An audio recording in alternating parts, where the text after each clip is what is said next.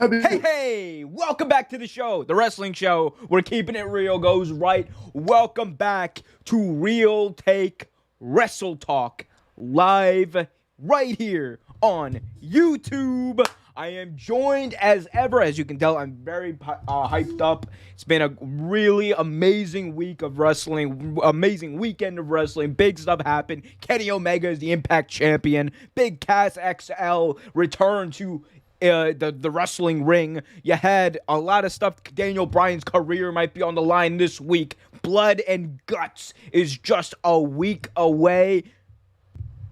And the best part is, Trevor, we have another stream on Thursday night for the NFL Draft. Real Take Sports Talk is going to be live covering the NFL Draft, so be sure you check that out. Cheap plug there, but let's get right into it with the wrestling. Very cheap, but that's how I do. Anyway, let's get into the wrestling. Trevor, Trevor, how you doing first? I'm sorry. That was how rude of me. How are you, sir? How are you? Hello, everybody out there. I'm ready. Let's go. I'm sorry. I'm very excited. I just had some coffee. You know, I'm just very little. You know, you seem a little wired a little bit. Dude, this weekend, I saw Kenny by God Omega carry Rich Swann to one of the best matches I've seen in Impact in a long, long time. So I'm just very happy about it. But let's talk about that. All right, let's talk about that match. So this weekend, this weekend we saw it: Impact Champion versus AEW World Champion, title for title. Kenny Omega took on Rich Swann in a title-for-title match to take both titles home, and he won. Let's go over the match because this was amazing. 22 minutes of just amazing wrestling. Before the match, Don Callis cuts an outstanding promo for his in-ring introduction for Kenny Omega, name-dropping Simon Gotch, Gene Hackenschmidt, Vern Gagne, Lou Thesz, and the greatest pro wrestler of the past 10,000 years, Kenny by God Omega. And Kenny Omega ended up, walking away with the Impact World Championship and the TNA World Championship, apparently, because they had two belts. So Kenny Omega just raking in the gold. This match had a big fight feel. Mauro Ranallo was on the call as well. That made it even bigger. We loved Mauro on the call. It made it even bigger. And the match was a big fight feel. Omega and Swann gave it their all. It seemed that Swann, at about 15 minutes in, maybe had gassed out at a certain point, but Omega, God bless him, he could wrestle a broom and make it entertaining. He carried him through the last 7 minutes. He hit the one-winged angel for the 1-2-3. And Kenny Omega, the greatest pro wrestler of the past 10,000 years, became the Impact World Champion on Impact Rebellion this past Sunday.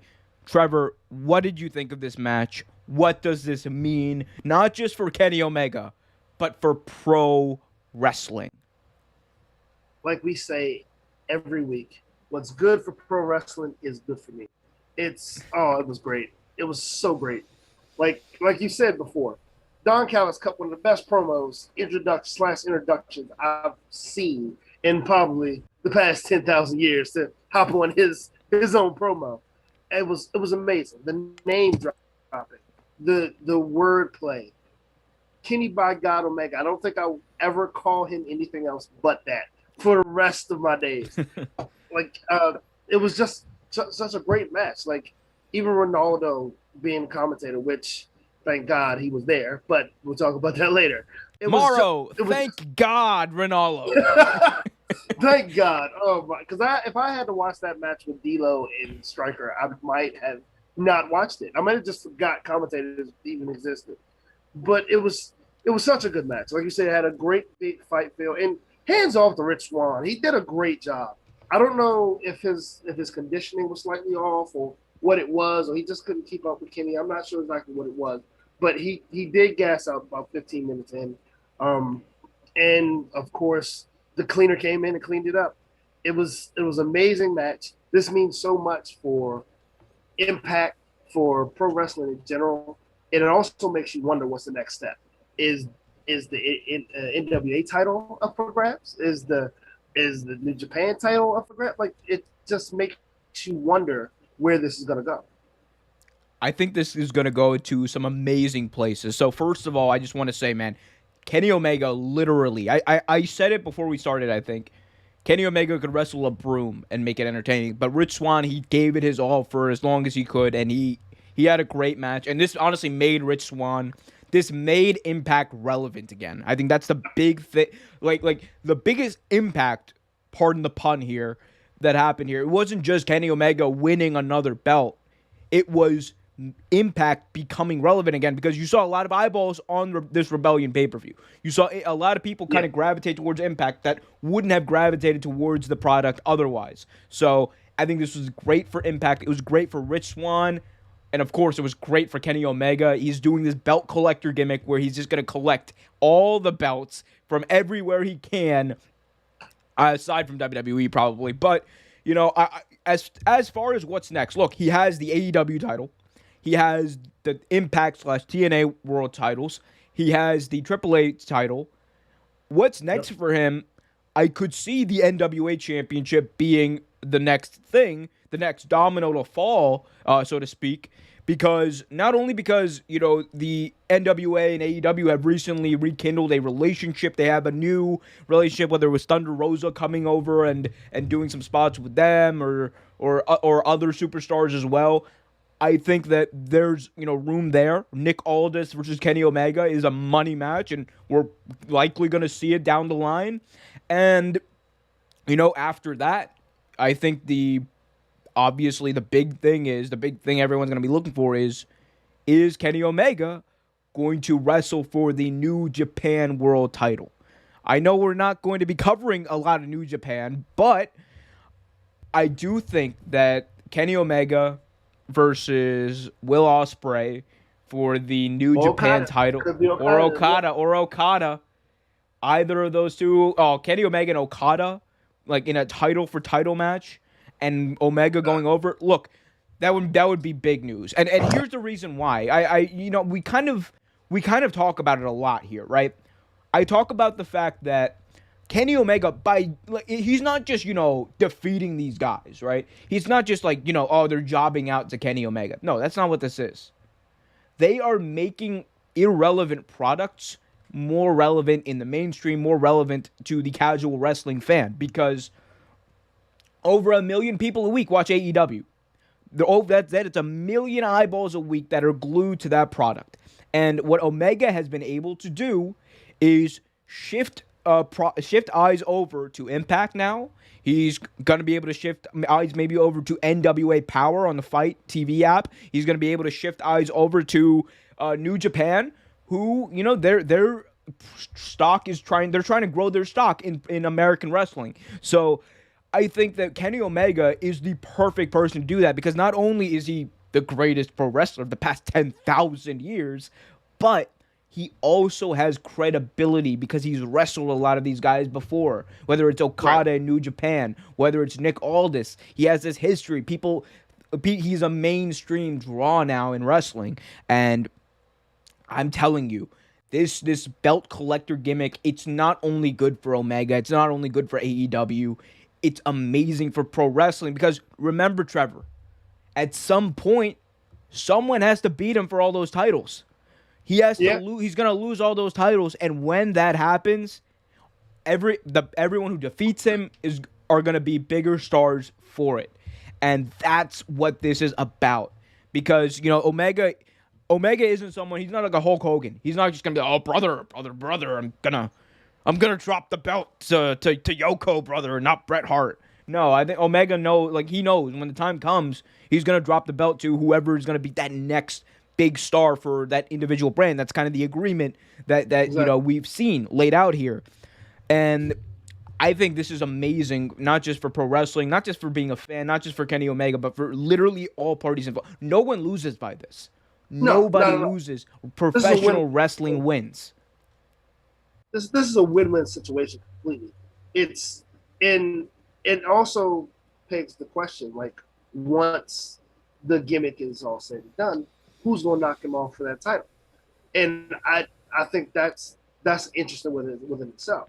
Like you said, a battle between a match between him and Aldous and will be amazing. I can't wait to see that. They've met before, both amazing wrestlers. But I think the big draw would be either Okada or Will Ospreay. Yeah. As I've said plenty of times before, I love Will Ospreay. So I honestly, and I know thousands of other people love him as well, if not millions, love him as well. Then I honestly believe that would be a great match. But I don't. I mean, I just wonder how far it's going to go and who exactly would be the one, to dethrone the wrestling king at the moment. I mean, there's a few names thrown out there, right? But in reality, I don't think we'll know until that time comes because we're just at the genesis. We're just at the genesis of this gimmick, I think, and that's what's exciting about it. Dude, when was the last time that you or I were actually genuinely excited? Like other than like the casual, oh, that's interesting, they did that. When was the last time we were genuinely excited about something that Impact Wrestling did? Never. I really was never really excited about anything Impact Wrestling did. I did like when they made R-Truth champion. I thought when R-Truth had the belt was kind of interesting. But I mean, it wasn't awful, but it was right in the middle. You know what I mean? Right. But it was interesting. It was. Yeah. I get that, but see, here's the thing though. The fact that now you're like, those eyeballs came, right? Those eyeballs came to Rebellion. We don't know what the pay-per-view numbers are. We'll find that out over the next few weeks. But Impact was doing like 2,000 pay-per-view buys like before this. I know for a fact they definitely did more for this pay-per-view than they have in the past. And I think that, when Omega came over and when AEW's been like advertising these matches on their TV show as well a little bit, when this happens, not only do you watch, the main event if you order the pay-per-view, you watch the rest of the card. You get to see all these other amazing athletes, all these other superstars doing great things, and you're like, oh, well, that's interesting. And then, oh, well, Big Cass now is in Impact. You're kind of that's the point. That's the point. They draw you into the main event so that you can find out who these other talent are, so you continue to follow the product, and it's good. I'm not mad that Impact Wrestling is getting better. I'm not mad that AEW is getting better. I'm not mad that NXT could potentially get better, even though I know that's not going to happen here, but I'm not mad when wrestling gets better, when more people watch wrestling shows. You know why? Because wrestling gets better when that happens. You little marks who are like, NXT buried AEW in the 60 to above age bracket. Like, come on. Or even the other way around, dude. If you're an AEW fan and you're like, oh, we buried NXT. Like, who cares? Who really cares? Like you don't need to announce it to the world every week. At the end of the day, no matter what brand it is, it's all chicken. You know what I mean? Like, and if you like chicken, you're gonna try it regardless. So yeah, I don't know. Like Raw lately has been kind of like rat.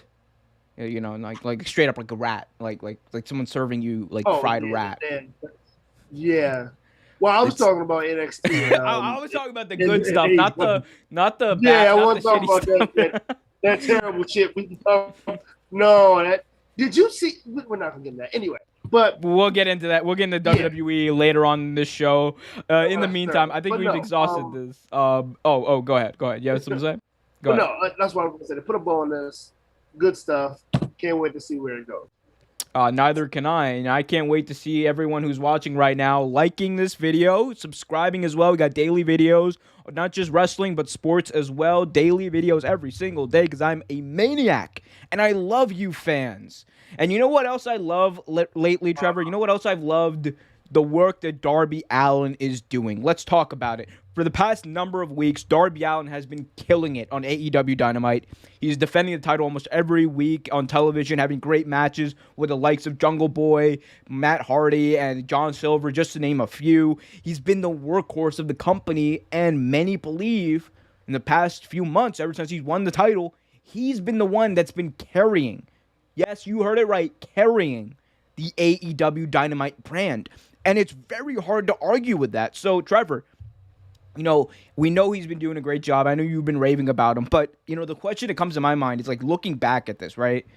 Like, if I'd asked you, at the genesis of AEW, the beginning of the company, who would be like the workhorse of the company, a year or 2 years down the road?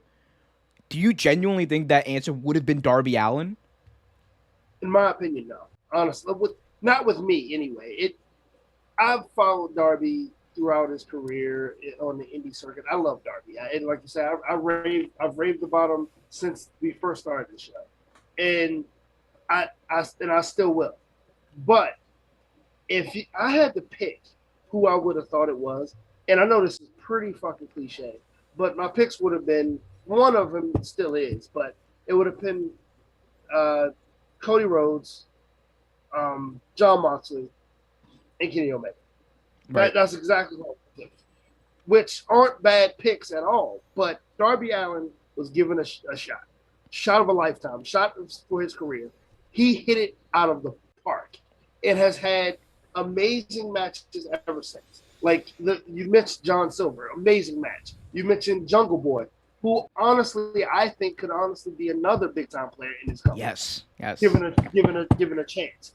Jungle Boy Jack Perry, we're watching you, boy. We're looking at you. I definitely think you are making your papa proud, whether you think so or not. Amazing talent. But to see Darby Allin where he is right now, I would have never guessed. Never guessed in a million years he'd be the workhorse. And it's the old adage, don't judge a book by its cover. Darby Allin has been money. Like, it's just absolutely undeniable how good he is.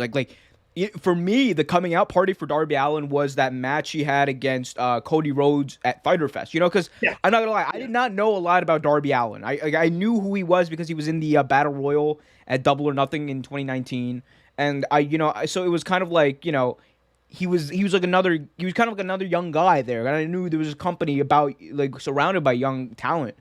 But Darby Allin showed then. I think that was a big wake up moment for a lot of people. Where it was like, oh wow, this kid is good. And then he was a part of things, and he was over when the crowds were there. He was one of the most over people. You heard that little dun dun dun dun dun, like that little sting in his thong.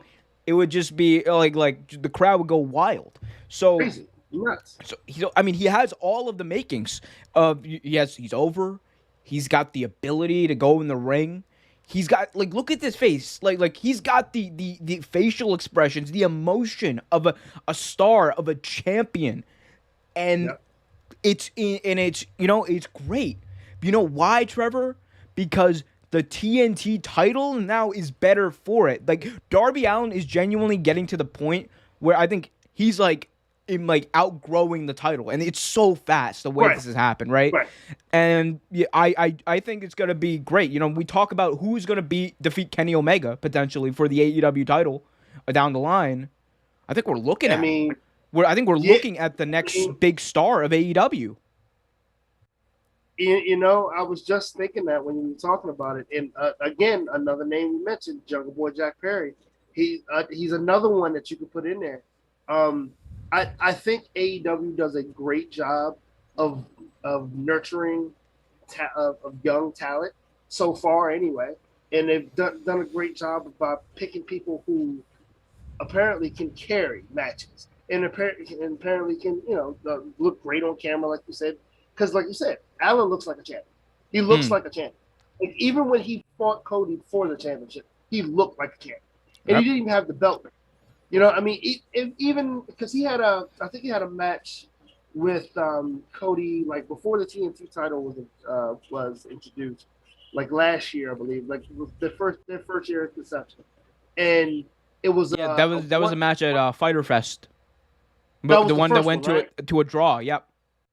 Yeah, that was the one. Okay, yeah. That even in that match, and you mentioned earlier, that was an amazing match. Then you've seen him in hardcore matches. You've seen him in just straight out fights. The kid has done everything so far. And I thought the best thing that could have possibly did was put Sting in his corner. I thought that was amazing. I thought that was very smart. I didn't know what they were going to do with Sting at first, but I thought that was very smart. And the great thing about that is Sting hasn't overshadowed our Darby Allin. He's it's literally I don't mean to praise AEW like all the time. But Right. dude, they're just doing it the right way. Like Darby Allin, literally, he got the rub from Sting, and now Sting is just we see Sting as just like an accessory to Darby Allin at this point, which is exactly what you want with the older guy coming in and helping with putting the younger guy over.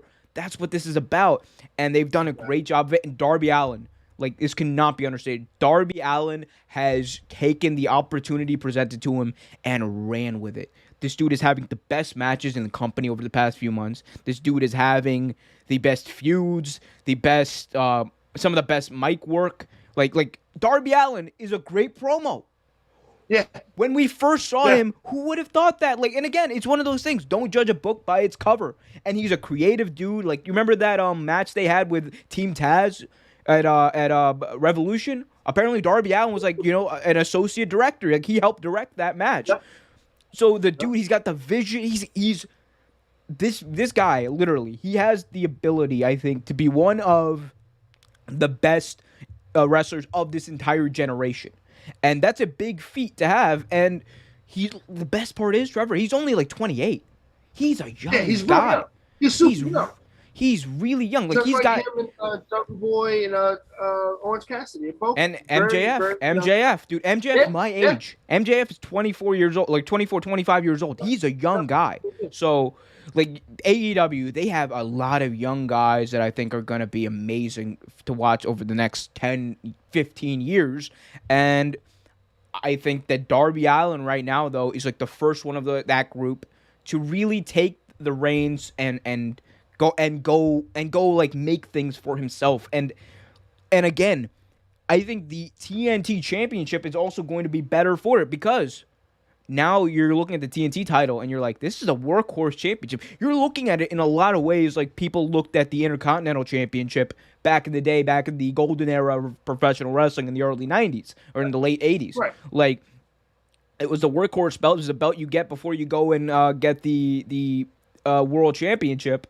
And I think again, if we're looking for the guy to defeat Kenny Omega when he's the belt collector and the first domino to fall in that story, there's no one better, and there's no one that could use it. Like Darby Allin's already a star, but he would be a mega star if they did that. Like, think of the merch. Think of the appeal he has to like kids and everybody. Like, he's great. I can't say it any better than that. Darby Allin is money.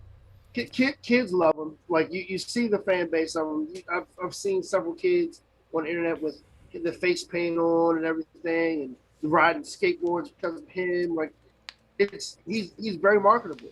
Like, another guy who I think has a lot of potential, and I would love to see him do more with him, but it's kind of hard just because who he is Joey Janella. I think Joey Janela has a lot of potential, but he's one of those guys that it's not in your face, kind of like Jungle Boy and Darby Allin. I know what you mean. So to me, Joey Janela, just for a second, I guess, Joey Janela, I think in AEW, his role is kind of that of putting other guys over. And and here's the thing. Yes, Joey Janela is worth more than that. And I think he can be a great guy, he can be a TNT champion. He can be a staple of your company, even if you went that way. But I think his worth to their company is more of that of like Jerry Lynn in ECW or Jerry Lynn in WCW. That's what when I look at Joey Janela, it reminds me a lot of Jerry Lynn. And look, at the end of the day, you need someone like that in a company. You need someone like a Joey Janela, like a Jerry Lynn, like a like not a jobber. Because here's the thing, no one looks at Joey Janela like a true jobber. Like, oh, he's like a joke. No, Joey Janela is like a legitimate threat. Yeah. He happen to lose a lot? Yes, but look at who he's losing to, and look at the situations he's losing in. Right. Those are other things to take into account. So I like Joey Janela. I think eventually you can do something with him. Like this, I think storyline could help him elevate to a title, and when he gets that title win, it'll mean more. Yeah. But so that's something to watch out for. I think I think Joey Janela he's doing well in his role there, and again, if you keep beating somebody over time and they don't look weak, that's the thing. Janela has not looked weak in his losses. Not at all. If they don't look weak when they win, eventually, it's gonna make that moment feel even bigger. So, yeah. Anyway, you know what will make you guys feel bigger? Liking this video, subscribing to the channel every single day. I post a video because I love y'all. Also, if you guys want to check out Real Take Sports Talk, we did that yesterday. Also, be sure to check out our draft night coverage for the NFL draft on Thursday, starting at 7 p.m. But first, let's get into this. So, AEW Blood and Guts, Trevor, is set to happen on May 5th. On May 5th, AEW Blood and Guts will pit the Inner Circle versus the members of the Pinnacle. Chris Jericho will lead his team against MJF. And there's going to be a parlay. We know that's going to happen. They're going to discuss the rules. That's basically for us to find out the rules, a lot of which we already know. We kind of know what it's going to be. This is going to be a real War Games type match because, unfortunately, even though Cody Rhodes' father founded the War Games gimmick, founded the War Games match, they are not allowed to use the name. So they're calling it Blood and Guts, but it's a real War Games. And by real, I mean it's not the War Games that WWE does, because WWE does they do kind of like a hybrid version of War Games and a steel cage kind of match. Because in the real War Games, there's a roof, so it's a completely closed cage. There's also a rule in the War Games where there's no pinfalls, it's submission only. So that makes, the win mean even more for the team. So I like that, and that's the route that AEW is going. They're going to have the roof on the cage, so there's no escaping and none of that stuff. There's going to be the rule where it has to be submission only. So it's going to be War Games, and it's going to be, except it's going to be called Blood and Guts. But it's also going to be a one-match card that whole night, so that's going to be interesting. We haven't seen one of those in a while. But, Trevor, what are you looking forward to? Like, what do you think about this Blood and Guts? We were supposed to have it last year. We obviously couldn't because of the pandemic. But fortunately, we got the Stadium Stampede, which I thought was amazing. But Blood and Guts, Pinnacle versus the Inner Circle. What are your thoughts? Remember we talked about maybe a couple weeks ago, and actually last week, we talked about factions and how I miss the old school faction wars. God bless Tony Khan. He always listens to us. I swear he does. This is what I've been looking for. I can't wait. I think it's gonna be great. To see the old school War Games, because I remember as a kid, like my brother was huge in WCW. Like that was his favorite promotion. We used to get Smoky Mountain on certain channels and other stuff on certain channels back in the day. But WCW was his favorite promotion, and we would watch his favorite faction, the favorite tag team, LOD, go to war on scaffolding matches and go to war in War Game matches with the likes of Midnight Express, Four Horsemen, guys like that. And us in matches like this is what it reminds me of, that old school, just fight, fight type feel. And and to truly be honest and not going too far back, I remember seeing the Fabulous Freebirds do stuff like this, and that's one of my favorite tag teams back in all time. It's just nostalgic to me, It's very nostalgic, and I think this type of match also fits MJF and Chris Jericho because, well, one, they both have submissions. They're both submission specialists. Yeah. Not to mention Sean Spears can pull out a couple when he wants to as well. Jake Hager. You got him in the mix as well. Copyright, goddammit. Copyright. Goddamn pal. Lawsuit. I am super excited for this. Super excited. Don't get me wrong. I like NXT's version of War Games. It's not bad. But this is truly War Games. Yeah. I think, look, NXT version of War Games, it's fun, right? It's Yeah, fun. yeah. But the reason why people don't look at that as real War Games is because it's not. And it's like one of those weird things where WWE, like, no matter what, they take an idea, they have to put their own spin on it because they have to make it their own. That's just how things work there. It is what it is, right? But man, this excites me. This genuinely excites me because some of the best parts, even WCW at their worst, at their absolute worst, War Games, the Fall Brawl pay-per-view was one of the most entertaining, one of the most fun pay-per-views of the entire year. Yeah. And you know, when I went through and I watched everything in WCW from Nitro's debut, every show, every pay-per-view, there were some bad times there, Trevor. I'm not gonna lie, hard times, Daddy. There were some hard times, Daddy. But some of the best parts were the lead up and the actual matches at War Games. So I love this concept, and I love the fact that they're going to do it in the classic way. There's no pinfalls. It's going to be submission only. That makes it mean even more because, you know, one team's going to have to submit. One person's going to have to give up in that cage, and you're going to have to force people into a situation where they're going to have to literally torture their opponents into submitting. That's going to get whoever over, right? Also, I never understood the idea of, like, the open cage. Like, if you're going to have a steel cage match, right? Or any type of cage match, like, I never liked the idea of, like, you know, climbing up to the top of the cage and you know, like, you know, escaping or something like that, because that always opens it up for terrible things. That's also why I like that AEW, you know, they eliminated the whole, oh, you can escape the cage and win the match type deal. That's, like, the lamest thing in pro wrestling. Like, it was not going to get into that, but Blood and Guts is going to be great. I think I'm going to do, like, I might do a live stream for that entire show that night, because that's going to be a great show. I cannot wait for that. And yeah, I can't say anymore. I just can't wait. I cannot wait. I'm so excited. There's so much to be excited about in professional wrestling. It really is. It really is. It really is. Time to be a fan. Yeah, you know who it's not a good time to be, though? Alberto El Patron. Oh. Not a good time for Alberto El Patron. So, Trevor, this is something that I didn't know if I wanted to talk about, but I feel like it's important enough right now, given a lot of the stuff that's going on, that we might, it's probably better if we mention it. So there was a little bit of a controversy this week with Alberto El Patron and, AEW.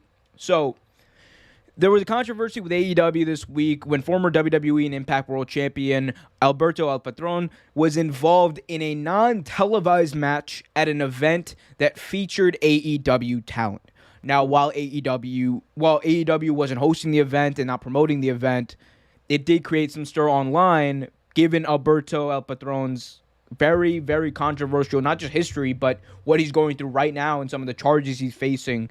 And, you know, one person that had a big problem with it was Joey Janella. Or, sorry, not Joey Janella. Joey Ryan, rather. Had a big problem with this. But Joey Ryan tweeted out, actually, and he tweeted this tweet from SoCal Uncensored, who reported, "Say what you want about hashtag speaking out, but someone booked and wrestlers worked a show with Alberto Del Rio, who is awaiting trial for kidnapping and assault charges. If that can't be blacklisted, can anyone?" And then Joey Ryan, who very famously, Tony Khan said, will never work with anyone in his company, and he will never promote an event with his company, and Joey Ryan will never work in AEW. That was very famously said before. Joey Ryan retweeted that, and he said, "So a couple of AEW talent worked a show last night with Alberto Del Rio, who has been arrested and awaits charges for kidnapping and sexual assault, but working a show with me, who has never been arrested, never had any legal troubles whatsoever, is where Tony Khan draws the line." So, look, Joey Ryan, of course, there's allegations against him as well. But what Alberto Del Rio, or Alberto El Patron, whatever you want to call him, is going through is very, very much real, because the authorities are involved. He's facing charges. He's awaiting trial for these very serious charges, and we know he has a history, given his ex-fiancée, Paige, who wrestles in WWE or wrestled in WWE. So he's got a big history of doing very, very scumbag stuff.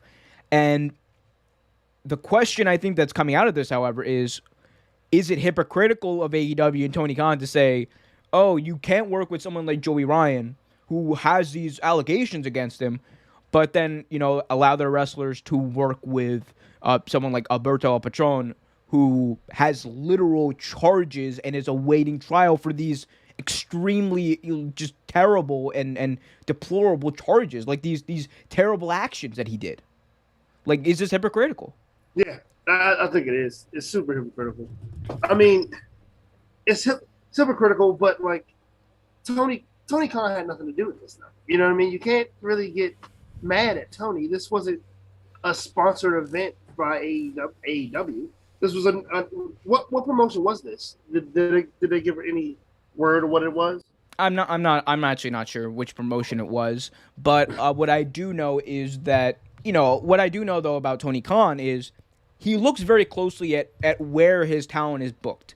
If you're signed with an AEW contract, if you're signed to an AEW exclusive contract, you can work with other companies, you can work with other professional wrestling organizations, but it all goes through Tony Khan at the end of the day. He signs permission. He signs off on all of their outside appearances.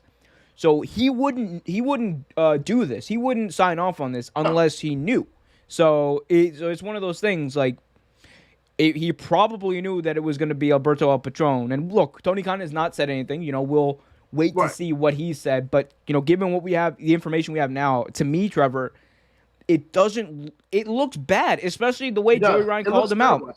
Joey Ryan, look, I'm not defending anything Joey Ryan is accused of doing either. He could very well be a scumbag too.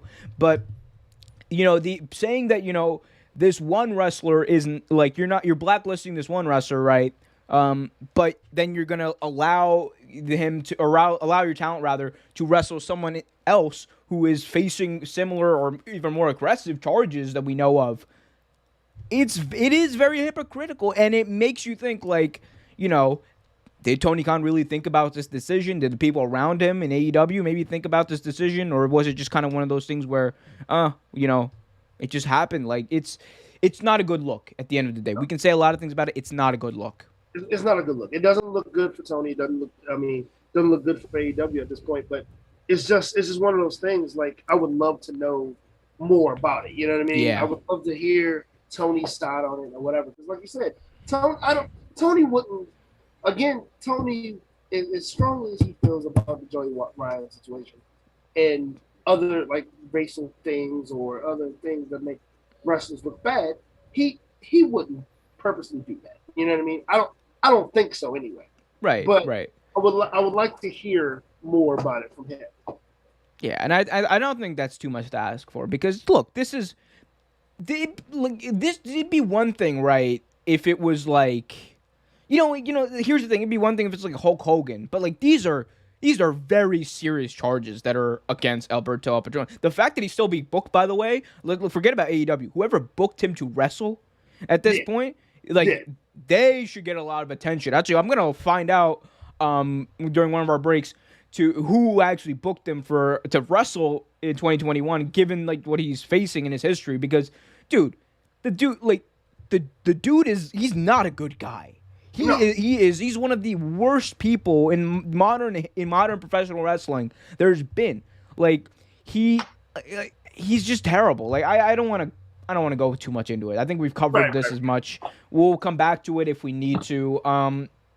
Let's move on, because, man, AEW has been facing a lot of controversy lately, and one of the big ones involved Ivelese, who was released from the company just a few weeks ago, and she blames backstage politicking, and Thunder Rosa for her release from the company. So in a quote, she said, quote, "I spoke up about mistreatment from a coach, even to other women too. There were witnesses, and I was the one suspended and left in limbo and just now let go." She's talking about being let go of from AEW, and nothing has been done at all the entire time. Thunder Rosa is slandering my name the entire time in AEW and doing everything to sabotage my position here. I kept quiet, but Thunder Rosa also has a history of getting involved with officials in order to get ahead.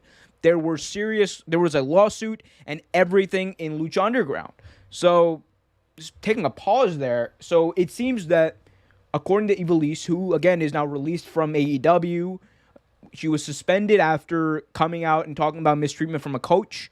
And now she was let go. And, she's talking very candidly now about her time there and how she felt that there was mistreatment, how there was backstage politicking by Thunder Rosa specifically, and how there's a history there apparently between her and Thunder Rosa going back to Lucha Underground. And, here's the thing. We know that wrestling is a cutthroat business. Wrestling is as cutthroat as a business there is. But, these allegations right now against a company like AEW, who, again, we just mentioned, they pride themselves on being, very, treating their wrestlers very, in very basic dignity, unlike other companies, so this is, again, not a good look. Like, we don't know exactly what's going on, but these are serious allegations. We know that she was suspended. We know she was kind of in the state of limbo and then released. So, that part of her story checks out. And, just Trevor, what do you think about this? What do you make of her comments? And, what does this mean for potentially the AEW women's division? We know they've had problems in the past, with their women's division and elevating them. But, again, not a good look. I mean, it kind of is one of those things that kind of makes you worried because of how far the women's division of AEW come, and it's like, will talent really want to come here now? Like, now that Ivelese is speaking out against this, like, I mean, and it also makes you question Thunder Rosa a little bit too. Again, not a good look. Not a good look for the trainers. Not a good look for the behind the scenes people, or either the other female wrestlers either. So, like, it just makes me worried because they're coming back. The women's division is stepping up big time, and you see good things in the horizon. And you want other talent to come, just like even someone like Ivelese, someone like either, since we're doing Impact crossovers like Jordan Grace, like, you want these types of talents to come over. But when you have controversies like this, you kind of, as a talent, I wouldn't want to come. I wouldn't want to sign it, especially if it's not investigated. Yeah, and I mean, look, we've talked about how AEW has been different than a lot of other wrestling promotions in the past, but when you're running a company, you have to take these things into account. You have to take these things seriously. And, Ivelisse also talked about, the mental health struggles that she's been going through, especially during that time in her life in the company.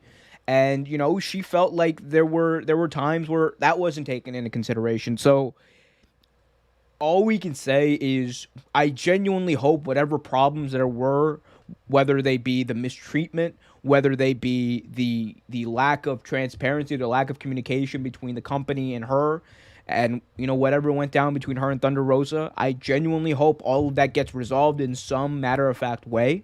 And I hope that, if there is mistreatment, I think, like, if there's any mistreatment by a coach, yeah, get him out of there. Like what happened to Bill DeMott? Remember, Bill DeMott, people were saying for years that Bill DeMott, who was once the trainer of NXT, you might remember him as the Laughing Man, Hugh Morris from WCW. Right.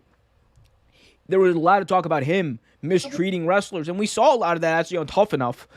But, eventually it caught up with him. So I think the wrestling business overall has this weird culture of not just being cutthroat, but at times just being overly aggressive and at times just mean. We talked about this with the JBL and the bullying culture that existed in WWE, and it's just a cultural thing. You have to at some point, I think, say that, hey, what happened, this politicking, this mistreatment by coaches, if it's true, your allegations, all of this stuff, if it did happen, then it needs to be rooted out, because that's not what we want to see from wrestling in 2021. We're there to see the stars. We're there to see people flourish. We want more people to become bigger stars, and that's what this is about. So I really hope AEW gets whatever these problems are they have internally. Maybe just I think to me, what I see a lot of this as, I break it down to communication. You could say that about the Alberto Patron thing. You could say that about, I believe, the relationship between Ivelese and the AEW management. I think a lot of this boils down to either a lack of communication or bad communication. And the common denominator, Trevor, in all of this is AEW. So at the end of the day, we have to look at them. And maybe they have to look at themselves and say, what can we do better to stop this kind of stuff from happening, to make people feel more welcome and make people feel safe? Because that's what it's about too. You gotta wrestle. You have to be safe when you're in the wrestling ring. You have to be safe when you're getting trained. You know, it's not a place where you can just beat up people like what Bob Holly did on Tough Enough back in the day. You can't do that anymore. Like, that's not going to motivate anyone in 2021. It's just the truth. It's just the truth. We're different. It's different. So just catch up with the times. I mean, it's not, and I'm not saying it's to like kind of wipe it under the rug or just look the other way, but it's still a young company, and they're still getting their kinks out of it. So I think stuff like this, unfortunately, is going to happen. But being a smart businessman, you have to figure out what's going on, and hopefully we'll find out more about it and understand what problems need to be fixed, and get them taken care of. Yeah, I hope so, because I know that the intentions behind a lot of people that are running the company are good, and I want to see them really carry that out in all assets, and I think they will. I figure stuff out. Yeah, I have faith that they will address these whatever issues there are, very candidly. All right, are you ready? This is the first time I think we're doing this, not related to AEW. Trevor, we're going to talk about Impact.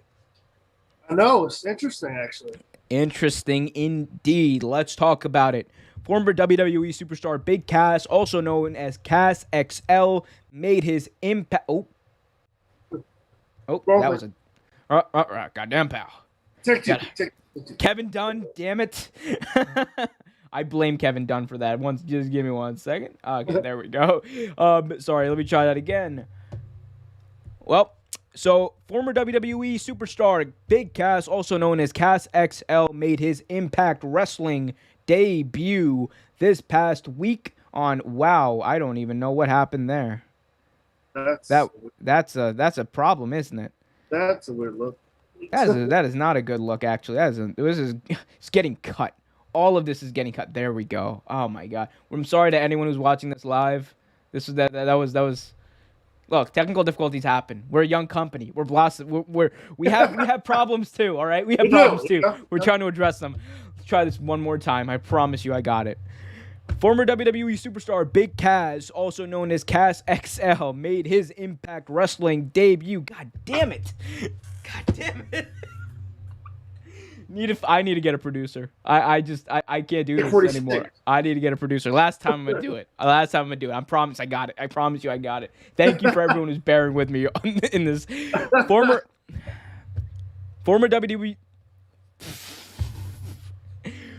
WWE superstar Big Cass, also known as Cass XL, made his Impact Wrestling debut under the ring name Big Morrissey, W. Morrissey rather. The injured Eric Young was given the opportunity to select his own replacement for the Violent by Design match against Eddie Edwards, Cowboy James Storm, Chris Sabin, and Willie Mack, and he chose the returning Big Cass, now known as W. Morrissey. Young revealed that he had selected the artist formerly known as Big Cass. The match ended when Morrissey blocked a stunner and hit Willie Mack with a big boot, followed by an East River Crossing for the victory. The 34-year-old wrestler was released, of course, by WWE back in 2018. He has spoken publicly about his issues with addiction, mental health problems, depression, and so on, and the efforts that he's gone to kind of mend that. So, Trevor, what do we think about Big Cass in Impact Wrestling? Can he be a difference maker? Can he be, reach that potential that we saw of him in WWE? I saw a lot of potential in Big Cass. I like Big Cass. Honestly, to me, the worst thing about Big Cass was Enzo Amore, and that's saying a lot because I actually kind of liked Enzo on the mic. I did. I thought Enzo had great promos, but he was kind of annoying too. But I like Big Cass by himself. I think he's very talented, a lot of talent. It's interesting saying in 2021 that Impact Wrestling is a perfect place for somebody like Cass, but it kind of is. Him being there with guys like Eddie Edwards, James Storm, Eric Young, I think this is going to help him out a lot. And he looks good. He looks happy. He looks healthy. I saw him and Enzo talking on Instagram not too long ago about them maybe hooking up and doing something else, just for old time's sake. And and honestly, to see them both together, see like both of their heads are clean, and in better places. It's good to see Cass back. It definitely is. As much as potential as he had, it's great to see him back. Yeah, I agree. So for me, I thought that Big Cass, when he was in WWE, he really needed Enzo, especially in the beginning. I think he really needed Enzo because, if we're being honest, in the beginning, all he was a big guy who, yes, he was intimidating, but let's be honest, there wasn't much to him. He wore those bland tights. He was, back like he was, he was jacked, but he didn't have the physique he has now. Obviously, that he just debuted with an Impact. So he really needed Enzo kind of to weigh him out. And, Enzo, I think, in a lot of ways needed him because I don't think he gets to the main roster without, Cass. I think they kind of need each other in that way. So I'm very excited to see what he does in Impact. I'm excited to see what he does, W. Morrissey. We got to get used to that name. It's an interesting name. It's his real name is William Morrissey, so I guess that's why they went with this. Yeah. But it's going to be interesting to see what he does because we haven't really seen him as a singles person in a while. Last time we saw him do that, I think, was 2018 with Daniel Bryan, or 2018 with Daniel Bryan. And that was right when he got fired for the proverbial attitude problems.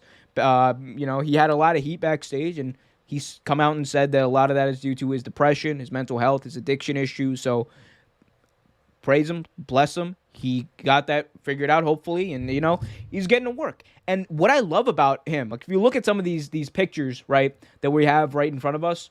Like the dude, I think he kind of figured out some stuff about wrestling, right? Because yes, he looks imposing, but he's got that like look in him, like that look right there. Yeah. That look right there. He looks hungry, he looks motivated, he looks angry, he looks like a monster. And I think having someone like Eric Young with him, he's a very good talker, very notorious voice, especially in Impact Wrestling. I think that Eric Young has the ability to kind of elevate him in a similar way that Enzo did, or in a similar way that less so, but very similar way that Paul Heyman has done with Roman Reigns, Paul Heyman has done with Brock Lesnar. Like he could be the mouthpiece, and I think that's good for both of them. And again, Impact Wrestling right now still is a small pond. I think Big Cass can flourish, and who knows? He might be the one to take the Impact title off of Kenny Omega one day. And you build him up as a star. He's fairly young. He's entering the prime of his career, 34 years old. He's got a lot of good years left in him. So I'm excited. I'm happy for him that he's back. It's good to see him back, and I think it's just going to be good. I think it's going to be a good thing. I think Impact is going to be better again for it. This is again one of those things. Impact is getting some notoriety. This is a good surprise, I think, for Impact to have on a pay-per-view. It's one of those things like you mentioned earlier that's good for wrestling. To see it, you like feel good stories like this, like he had a substance abuse problem. He had mental health issues, things like that. It's good to see him clean, healthy. He looked, like I said, he looks good. He looks focused. It's good to see him back like that. And with him and Enzo, I think that was one of the problems. Not saying that I didn't like him and Enzo together, but to see him menacing with such a jokester, you know what I mean? They were kind of like fun fun-loving, playful guys. I think he needs somebody like Eric Young, because Eric likes to play around too, but Eric is a nut. That's what Eric has been billed as, and I like this side. Yeah, and when Eric Young is serious, dude, he can get serious. He can get very serious. Oh yeah, yeah. So and I think that's good for Cass. Yeah, it's good for Cass. I'm excited to see what he does. I'm also excited to see everyone who's watching right now hit that subscribe button for daily videos every single day, because I'm a maniac. I've said that like 6 times here, but that's what I do when I try to change. Yeah, I try to change graphics and I try to fill time. But let's talk about this. This is an interesting story from this week. So, Andrade, the artist formerly known as Andrade Cien Almas, now known as Andrade, could be signing with Impact Wrestling. So, during the Impact Rebellion's pay-per-view, during the Impact Rebellion pay-per-view this past Sunday, they premiered a vignette for Slammiversary in July. And the vignette saw a tease for people like Samoa Joe, people like Chelsea Green, Mickie James, all of whom spent some time with the company, all of whom were released by WWE in just the past few weeks. And if you look close enough, Trevor, one thing you noticed was you would see the Australian flag and then a clip of the Mexican flag, which many are considering a call or a tease for the Iconics and Andrade. And there are reports that Andrade is close to a deal with Impact Wrestling. And, you know, just to say one more thing, we saw a very similar thing last year after WWE released a lot of talent last year. Heath Slater, EC3, Eric Young, the Good Brothers, all ended up in Impact. You know, so this could be a tease for some of these people to come over and premiere an Impact. So, what do you think about this? Andrade might be close to a deal. What do we think about Andrade potentially being in Impact Wrestling? You know, so they have talent, right? We've already said that they have talent. I think Andrade will be a big fish in a little pond, honestly. And I know a lot of people that will completely disagree with that, especially with Samoa Joe over there. I think they're both too talented to be in Impact. But not saying anything about Impact, because, again, I think they're on the way up, and I like what they're doing. But I stick by what I said. A big fish in a little pond. But I believe he will be able to, like, grow a little more and, you know, get himself situated to be offered. Are you trying to call him small? And situated in other federations, because I honestly believe if he signs with Impact, he's not going to stay just with Impact. I think he's going to do like a lot of other guys, hit the indies, and, you know, maybe that company that we don't want to talk about, and other stuff. Like I honestly see that for him. I'm actually surprised that he's not going to AEW. Honestly, I think they might use him a little more. But like you said, their roster is so talented. Yeah. And he probably just get lost in the shop. Yeah, that's the thing. I kind of like this. If Andrade goes to Impact, I think that it would like reintroduce him to a lot of the wrestling community as, you know, the Andrade that we all like, and it would give him that kind of buffer time, like that buffer between WWE and wherever he might go next, and whether it's New Japan, whether it's AEW, whether it's, you know, somewhere else, MLW, possibly NWA. There's so many choices out there now. So, there are. But I think this is good. I think this could be very good for him, because he'll be able to kind of reintroduce himself to the American wrestling audience, and he'll also help out Impact, because God knows they could use stars, and, you know, they're slowly getting new stars. They're slowly getting new stars, and that's good for them. I want to see Andrade honestly, you know, have a feud with someone like Kenny Omega, maybe representing Impact Wrestling. That'd be a good one. That would be a good one. I think that would make money. That would draw money. And I think Andrade showed that he could have amazing matches and be a draw. So that's going to be put to the test. He's been posting a lot of cryptic tweets recently, ever since he got released. So it's to be determined where he actually does end up. But Impact Wrestling would be an amazing landing spot, I think, for Andrade, the artist formerly known as Andrade, Cien Alves. Andrade. One thing I wanted to hit on. So, I was talking about how Impact Wrestling released, or I was talking about how Impact Wrestling last year, they signed a lot of the, the WWE talents that were released, like Heath Slater, like EC3 and so on. They're good brothers. Right. And it kind of had me thinking, like, Impact, like, last year is vastly different than what Impact is now. No. And it's for the better. I think that Impact is a product that you're kind of excited for now. And it's weird to say that because that really hasn't been the case. Like, there has not been, I think, this much excitement around Impact since Hulk Hogan, came over in 2010. Because say what you want about how that ended up. Say what you want about how it ended up. I have many things to say about that. But when it initially happened, there was excitement. There was genuine excitement to see what would happen with Hulk Hogan coming in. And I think you're seeing, excitement now for a different reason. You're seeing excitement because Impact actually has, stars. Impact is putting on matches, and they're being highlighted. So I'm excited, man. Like, it just got like who would have thought? Who would have thought we'd be here like in 2021? Still talking about TNA Impact Wrestling. Who would have thought it? I thought they canceled the show for a long time because I thought they went bankrupt or something. I don't know. Like, I thought they lost money. That they did. Impact has lost a lot of money. That is true. I thought they did. That's why I was actually surprised when they started talking about Impact Wrestling. I was like, that show's still on? Like, they still do Impact Wrestling? And not to be funny or mean, I really didn't know. But yeah, I mean, because they've like hopped around. They were on like Access TV. They were on Pop TV. Destination America. Destination America. They're also on Twitch. They're on Twitch, so you can watch them on Twitch, which I think that was a good decision by them because it opens you up to a larger audience. But this decision of them partnering with AEW is by far the smartest thing this company's ever done. In its entire it's almost 21 years old. In its entire 20+ year history, this is the smartest thing anyone who's running that company has ever done because it opens them up to the people who are their core audience, which is wrestling fans, and it's I think going to lead to a more sustainable success.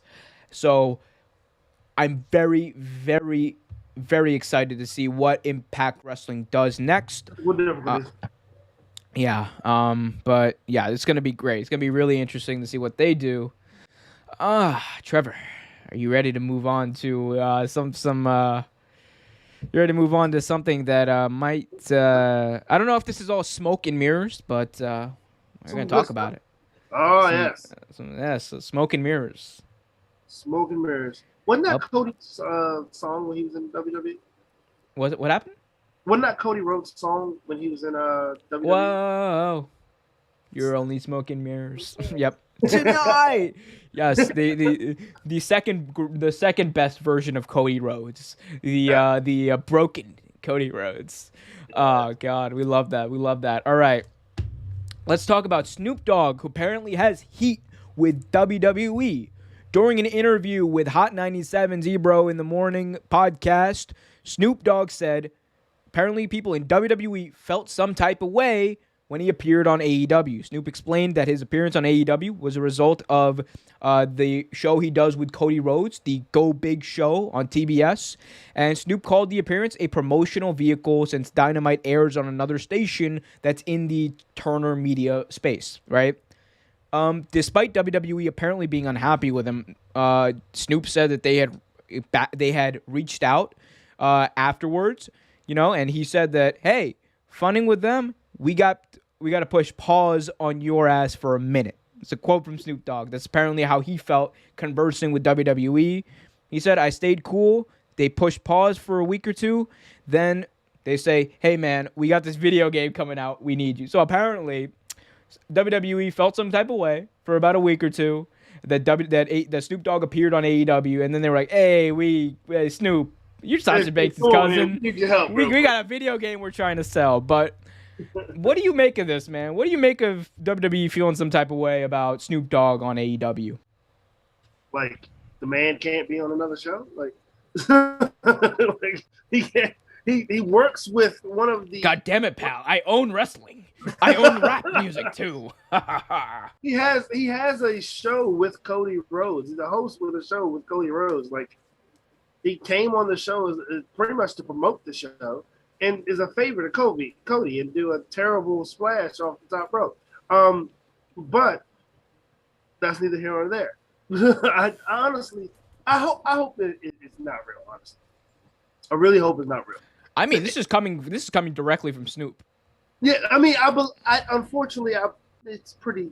I know exactly what you mean. Look, but here's the thing, though, Trevor. This is something you could definitely see WWE doing, though. Yeah, I know. They had been petty about this in the past. Mike Tyson even mentioned, he was like, hey, oh yeah, man. They got on him too. Yeah, so I mean, this sounds like something WWE would do, and this is like one of those weird things. They're just like they did this. It's the same thing. Like what happened with the podcast, these Broken Skull sessions, when Jericho came on and he talked about AEW, and like and apparently Vince was mad about it. Like, what did you think was gonna happen? Like, Snoop Dogg, he's not a WWE talent. He's a superstar rapper. Like, you're gonna get mad at him for appearing on Triller too? Like, you're gonna get mad at him when he appears on any combat sport? No. What are you doing announcing Triller? What is wrong with you, Snoop? We own you. Snoop Dogg is saving the world by announcing on Triller. But no, I think it kind of goes back to this thing. Like, WWE does. They do feel some type of way. Let's be honest. They feel they don't want to lose, their clout with the celebrities in the wrestling media space, because they feel like they own it and no one else should have access to it. Right. And the reality is, Tony Khan has been able to make great partnerships with TNT, been able to make great partnerships with a lot of different brands. That has opened the door for him that wasn't available to companies like Impact, that wasn't available to other companies. And, WWE is just going to have to put up with it, because, look, they can put, like, they tried it, right? They were like, yeah, Snoop, we're going to push pause on your stuff for a minute. And then they realized Snoop does not care. No. Mike Tyson does not care. Celebrities don't care because they're just going to go do them. So, they can hate it all they want, but his name 4 times. Mm-hmm. Like, Snoop doesn't care. Snoop is an icon. Snoop can get more money by snapping his fingers than he probably could from WWE at the moment. Like, it's just, I think it's sad, because it's like you said, it's one of those, and I'll use different terminology. It's a God complex, because for a very long time after they bought WCW out. And you had Impact. Impact was trying. Impact couldn't keep up. I mean, ROH was never really on TV like that. And when they were on TV, they only had snippets of matches, and they only had like an hour. So it wasn't the same thing. For a long time, WWE was competing against themselves. Like, so yeah, they are the bigger company the big company at the moment. But don't you realize, Vince, that if AEW does well, that means you guys do well, because it's good for wrestling. Stuff like this is good for wrestling, not just good for your fucking pockets. It's good for wrestling. Stop trying to use money to control people and get out of your fucking feelings. Especially people you can't control. They're never going to control Snoop Dogg. They're never. Exactly. No one can control Snoop Dogg. Like, that's just the fact that they thought pushing pause on their relationship with Snoop Dogg would do anything. Like, no. Like, that's no. And, what are they going to do? Like, hey, how in the world is WWE going to put any pressure on Snoop Dogg? What are they going to do? Oh, stop Sasha Banks' push? Like, be like, oh, we're going to bury Sasha Banks now to punish Snoop Dogg. You know what's going to happen if you do that? You're going to go to AEW. Sasha's going to leave and go to AEW. And then you're going to, then the one of the, arguably the best, no, forget this. A top 5 superstar, a top 5 wrestler in your company is going to leave and be bitter with you. Like, so they have nothing to hang over Snoop, because they're not going to do that. They're not going to risk losing Sasha Banks. So they got nothing to hang over him. He's going to be like, whatever, man. Like I look, the wrestling thing is cool. I do it. Like doesn't matter. Like I think it's look. Again, it's just them kind of coming to terms with the fact that they're not the only player in town anymore, and it worries them. That's what it is. Yeah. They are worried about it. And they should be. They should be worried enough to make fucking Raw watchable. Don't mention that show, man. Raw. Oh, dude, I couldn't do it. So we'll continue with the show. But man, I need to mention this real quick, man. I watched the first like 20 minutes of Raw last night. It was every week I come up here and I say Raw is like one of the worst shows I've ever watched. This was especially bad. This was like it started from like 0 and then it just never picked up. It was just a straight 0 the entire way through. It was and I stopped watching, and I watched the highlights on YouTube, and I was like, "Wow, I wasted my time watching these highlights. Nothing happened. Nothing happened." The best thing on that show was RK Bro. That was the best thing on that show last night. And even Randy Orton didn't do anything. He just kind of stood there like, "I am Randy Orton. I'm Randy Orton." Like, God. But it was bad. It was bad. Can we just accept the fact that Raw is a B show now to SmackDown? Man, SmackDown is just... SmackDown last week was pretty fucking good, actually. Dude, I can't... we'll get to SmackDown this week after this next segment where we're going to do a fan question. I'm going to start calling this Real Take Fan Talk. So this week, every week, we take a fan question from one of you guys, whether you commented in a YouTube comment section, whether you tweet at us, or whether you email. This one was sent to us by email, so if you want to have your question potentially featured next week, be sure to reach out by any medium and ask any question related to wrestling, and we might pick it. So this week, we were emailed a question by Jeremy, who said, "What's the one superstar or gimmick that had a lot of potential but never ended up panning out?" This was a great question. So, Trevor, I'm excited. This was amazing. I'm excited to hear what you have to say. So, Trevor, the one superstar or gimmick that had a lot of potential but never ended up panning out. Who do you got? So we talked a little about this before the show. So last week, you guys know that I mentioned Sean O'Hara, right? And I was like, you know what? I can mention him again because it does hold water. Like he had a great following coming in. He had a lot of heat coming in. You thought the Devil's advocate, the whole scenario was going to work, but it ended up flopping. But since I mentioned him last week, I thought one that I was going to mention, and I'm not sure if my buddy here will agree, but I think I'm going to say Lance Cade. Ooh, interesting. Expand on that. So, yes, him and Trevor Murdoch did have a successful tag team, somewhat, but I thought Lance Cade was more than just a tag team wrestler. He had a lot of potential as a singles opponent, competitor, and you saw that when they tried to use him in different aspects. And you saw a lot of that training from Shawn Michaels, whatever, come out. And I thought he was good. I thought he legit had a lot of potential. Unfortunately, as we all know, he had some demons and things like that, which is why he's no longer with us. But I thought they could have used him better than they did. I thought he had a lot of potential. Maybe a couple Intercontinental title runs or U.S. title runs, and maybe even a world title run if you pushed him enough. But I thought he had a lot of potential. And actually, you could probably throw Trevor Murdoch in there too, but definitely Lance Cade. Yeah, I always liked. Here's the thing, I always liked Lance Cade, and people forget like he was a singles guy early on in his WWE career when he was Garrison Cade. So he had So he had a lot of potential, and he was younger. He was really young when he was doing that stuff with Trevor Murdoch. People forget. I think he was like 26, 27. Like he was really young. 30 yet. Yeah, he was very young. He was very young. So and again, he's not with us anymore, and that's it's a sad part of sports and professional wrestling sometimes. But yeah, he had a lot of potential, I think, and he was decent at cutting promos, and he could work. So I think they could have done. I thought Murdoch helped him out with the promos a lot, and like you said, he wasn't workhorse. But I like both of them though. I honestly, if you wanted to throw them as a tag team on that list, you could. But honestly, I like them both. I thought they both had a lot of potential. Yeah, I think so too.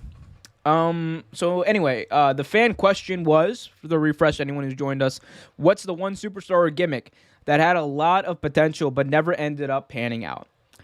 So I thought about this long and hard, and I came to an interesting conclusion. And it's weird because I still have problems with both him and the gimmick that he had, but I think that there were parts of both that had a lot of potential. And he himself actually had a lot of potential. But the person who I think had a lot of potential but never panned out, gotta surprise you guys, especially hearing it from me, Muhammad Hassan.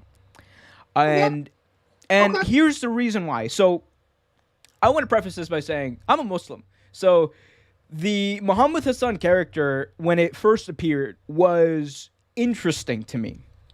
And I was younger, so, part of it was kind of like, I was like, oh, well, this guy's, he's playing a Muslim. He's talking about that. That's cool because it relates to me. And we talked about how relating in professional wrestling is important to open up a new audience, right?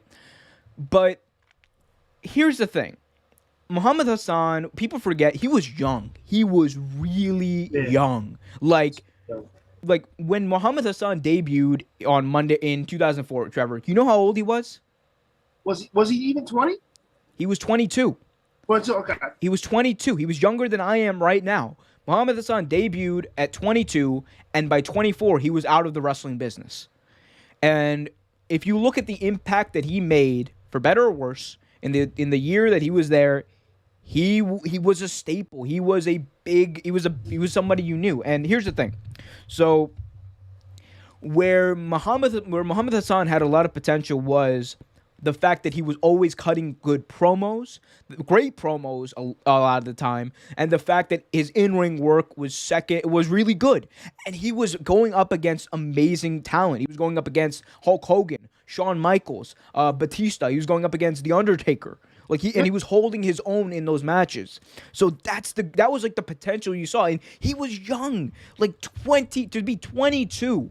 And be in that conversation, to be wrestling all these people. He was over. Like, he was being booed. He had heat, right? But he was over. You heard his theme song hit, and it was immediately a reaction, but it wasn't like, it was weird. It wasn't go away heat.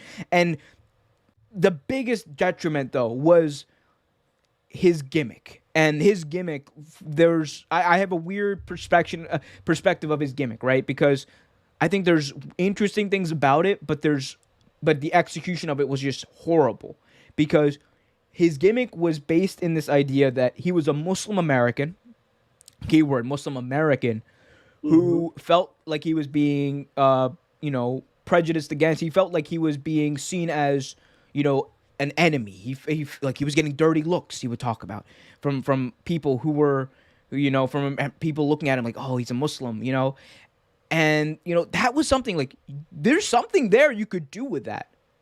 But what you don't do are the three things they did with that gimmick. One, they made him a heel. Yeah. Muhammad Hassan could have been a very sympathetic babyface. But instead, they made him a heel. Two, they implied that he was a terrorist. Yeah, I thought that was, Which is just, especially given the time this was. This was 2003, 2004. It was bad time. That's like, what? Like this is, you're trying to open up, you're trying to portray this character as a Muslim American, and your immediate go-to is make him like a terrorist? Immediately, like, just killed any sympathy that people had for him. And number three, Mark Capani, the person who played Muhammad Hassan, was Italian. Yeah. He was not Muslim, not Arab, like they were portrayed him. And look, I will say this. Again, his promos with what he was given he cut them very well. He was great in the ring. And I think he as a wrestler had a lot of potential for that reason. And the gimmick Muhammad Hassan, I say, if they did it in a different way, man, if they did it in a it could have worked, and it honestly was working in the terrible way that they were doing it, for better or worse, like I said. But you could have had him go out there, and I think it would have been interesting. And here's why: I see that character also, even if they ended up booing him, if you make him like portray him as doing exactly what he was saying, like I think he was saying the right stuff. I think where they messed up was making him a heel and making him like do all these like terrible acts, right? But the thing for me is when Muhammad Hassan, you know, with Muhammad Hassan, you could have had him be a face, and it could have been an interesting kind of social experiment, I think, amongst wrestling fans and fans about like how they perceive Muslims in society at that time. I think it could have been a very Borat type of thing, like, you know, Yeah. kind of like, you know, not even humor, like this is like an actual social experiment, like putting this Muslim out there saying true things, like I get looked at funny in the airport. I get looked at funny going like people think I'm dangerous because of my religion, which are true things that people thought post 9/11 about Muslims. You could have done that in a much more effective, much more educational, much more sophisticated way. But they went immediately to the cheapest, easiest form of heat they could, which is just look at that foreigner. He's different, and you should dislike him. Chant USA, even though he's a Muslim American, and he made that clear. Like, it's just. But see, the thing was back in that time, like you said, about 04, 03, Mhm. that's when WWE was super racist. I mean, it was, Mm. and it wasn't hidden at all. It was one of those things that was just super out there. Like anytime you have JBL cutting a promo at a fucking, you know what I'm talking about. The whole Mexican JBL at the border. JBL Yeah, that was at the like, border, oh, that was that was bad. such That's a bad. terrible thing. Like, and I mean, it was super racist then. So to have this guy, one who isn't Muslim at all, not one iota, playing a Muslim guy, getting that heat, it was, yeah, it was bad. It was. I mean, I liked Muhammad Hassan for what he did in the ring. I honestly thought he had great ring technique. I thought he was good on the mic. I just, it just fizzled out because this wasn't going to work. Dude, like that's like when you go down that route, it's got a short shelf life because Yeah. it's a bad idea to begin with. And again, they could have done. Look, you could have done almost very similar things with what they did with him because I'm not gonna lie to you, he could have been a face and he would have gotten booed because, like, we're being honest, that's where we were at that point in the country, and. You know, it would have been an interesting social experiment, and I think you could have built him up eventually to be a superstar face. And Mark Capani, the person who played Muhammad Hassan, like, look, I understand it. He was young, and it's a job. Right. I put very little to no blame, honestly, on him for the No. way everything went out because even as like a Muslim, like, and I'm not trying to, oh my god, like if he gets a pass or whatever. Like I'm no one to give that type of stuff, right? But the way I perceived it was he was given a job to do.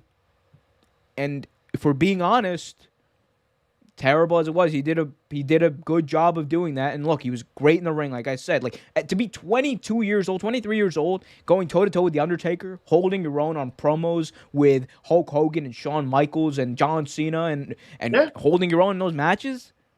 Mark Capani, the wrestler, had so much skill. And Really did. it was just He ended up going wasted. anyway. He was out of the business in 2005. He was untouchable because of the gimmick. Because of the gimmick and how it played out, untouchable. He ended up as I think, a school teacher in New York. And that's what he did. That's what he does, still does to this day. Funny thing is, he's 39, man. He's like, it's the thing, man. He was so young. Like, and again, it's like, it's one of those weird things where, like, I wish that they had done that specific gimmick differently because you could have done that in a way where you told a good story and, you know, in the process, you could have changed someone's mind about their perception of Muslims or whatever in society. And it was in many ways both Mark Capani, the wrestler, and the Muhammad Hassan character. To me, huge wasted potentials on both, especially given the time they were in. And it's sad. It's sad because it was like one decision, right? If they had just said we're going to like put him as a babyface. If we didn't have JR and all those guys saying like, "Oh my God, Muslims and blah blah blah" on commentary, and basically making him perceived as a terrorist, it would have been like that gimmick. Actually, I think had transitional like staying power. Like this could have been something very very similar to the Billy and Chuck thing, right? Remember when Billy and Chuck did their wedding, and they got praise from the LGBT community, and then WWE broke them up, and then they broke them up, and then like it got backlash. Like it's just I think that's what they do with these types of gimmicks. They don't. You never saw Chuck Palumbo since. Yeah, it's just man, they could have another talent, Man, look, that's actually something I want to talk about for a long time. I'm glad I got it out, man, because it's something that's bothered me. I'm not gonna lie to you for a while. And look, I'm not like one of those like, oh, I'm uber sensitive about everything that happens, right? I'm like, no, it's not even what it's about. Once in a while, you have a situation that bothers you. I mean, I have a couple myself, so but yeah.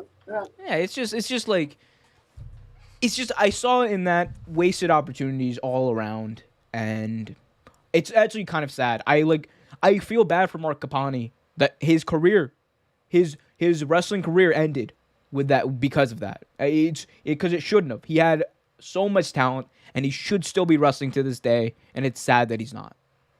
But that's the way it is, man. That's the way it is. Mark Capani for those questions, guys. Thanks for those questions. That was all the questions. Yeah, thank you so much for the questions. Keep them coming. Email us, realtakesportstalk@gmail.com. Again, realtakesportstalk@gmail.com. Comment on the comment section. You can tweet at us, at realtakesports, whatever. Let us know and send us the questions. 3 weeks, right? We've only been doing this for about 3 weeks. Yeah. I think this is our third week doing it. Mark Capani also. If you're listening, Mark Capani, feel free to come on the show. I would love to talk to you. That'd be awesome. That would be cool. But we'll see what happens with that. Actually, I might reach out to him on Twitter. We'll see what happens with that. Moving on to our WWE section, our last section of the day, Trevor. This is arguably our most interesting section. Yeah. So, Daniel Bryan has been in the news lately for a lot of reasons. Bryan talked about his inclusion in the match at WrestleMania 37, kind of compared it to his inclusion in WrestleMania 30, and he hinted that he wasn't comfortable being in the main event at WrestleMania 37. So Bryan said in an interview, he said, "I don't know why I kept trying to get out of it. I was like, this is a heck of a story. 10 years to the day that Edge was forced to retire, and he's back. Gosh, it was shortly after Elimination Chamber and in the build-up to the singles match I had with Roman Reigns at Fastlane. I was like, this is going to be stick Daniel Bryan in here. Not to say that I didn't want to be part of it, but I just thought that it was such a strong main event, just the two of them, that everybody has their thing." Like, he basically said that he felt like his inclusion in the WrestleMania 37 main event was unnecessary. I really did. And that it should have just been Edge and Roman Reigns, and that he was actively trying to get out of it apparently. And he kind of goes on to compare it to his match at WrestleMania 30 and says that, at WrestleMania 30, I had a lot of momentum that carried me into that match. And this time, with no fans, that it wasn't the same energy. And we found out, obviously, he didn't get the biggest reception at WrestleMania 37. He got a big pop, but not as big as Edge. And I think that was the thing. But so it's interesting. He also noted in that interview that his contract is up this year, and this is likely his last WrestleMania. He's coming to the end. He's coming to the end of his time as a full-time wrestler. So, all of that happened. What are your thoughts, Trevor, on Bryan's comments on not just WrestleMania 37, but his future? I expect nothing but that from Daniel Bryan. We talked about it, saying that, yes, is Daniel Bryan a good addition to the match? Yes, he was. But honestly, he wasn't needed. Like, he really wasn't needed. Like, you didn't need Daniel Bryan to build this match up. It was already built. And I honestly, it's kind of how I felt about the Ronda Rousey, Becky Lynch, and Charlotte Flair match. Like, I felt like Charlotte didn't really need to be there. That's a good point. Yeah. I felt like, I mean, was it a bad thing that she was there after the finished product? No, not really. But I felt like she really wasn't needed. I felt like you kind of tarnishing something that could have been even more great than it actually was, and it was phenomenal. Bob and Charlie. I kind of feel the same thing with this WrestleMania 37 match. I mean, I honestly believe everything he said. I believe he genuinely said this. I believe he genuinely meant every word because I've met Daniel Bryan once in person. He's such a nice guy. So he's great to his fans, loves his fans. He'll sit there and talk to you, especially when he's an ROH. Like, I honestly believe that's how he felt, and I believe this might be his last year as an active wrestler too. I mean, unless he gets the itch again, and he gets a good contract or whatever, maybe. But honestly, I think this is it. So I think as far as WrestleMania 37 goes, I actually agree with you. I do see the comparison with WrestleMania 35 with Charlotte Flair and whatnot, and what ended up happening with her inclusion in that main event. But where I see it as different, right? Charlotte Flair's inclusion in that match wasn't Daniel Bryan was different because Bryan was actively cutting the best promos. He was like he really was. going into his match at Fastlane and then afterwards. Like it wasn't like he kind of elevated his way out of that position of where Charlotte Flair was, I think, in 2019. I think he kind of he was like, all right, if you're going to put me there, I'm going to do what I do, which is be the best in the world at almost everything. And he went out there. He cut the best promos. Like, if you watch the Go Home show to WrestleMania on SmackDown, like the WrestleMania SmackDown they did, right? His promo was, if there were fans there, I genuinely believe there were fans in the arena, that would have been like the turning point where people were like, okay, Daniel Bryan is the guy because like the guy that they're rooting for. Like, I think Edge still would have gotten a great pop, but I think he would have had a better reaction because, man, that promo, he laid it all out on the table and he cut like the best promo. So that's where I think it kind of differed from the Charlotte Flair thing. Charlotte Flair thing felt way more forced than the Bryan thing.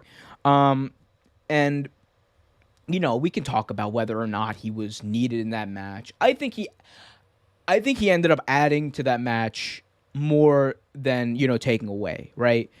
Yeah. I think in the end he ended up adding to that match because that was a great main event. That was like literally one of the best main events we've seen in a while in WWE. And I think a lot of that was due to Daniel Bryan playing that role in the match. And look, he went over, he let Roman go over him, like in the biggest possible way. The dude took a concerto. So I think he's like one of those guys. I think if Daniel Bryan was slated to win this match, I genuinely think he would have been politicking his way out of winning that match to be like, no, if there's anyone who should be losing this match, it's me. And like you said, he's a very humble guy, very grateful guy. Like, go back and watch his retirement speech in 2016. Okay. All of that is real. That is Bryan Danielson laying his heart out. How did he end his basically career at the time?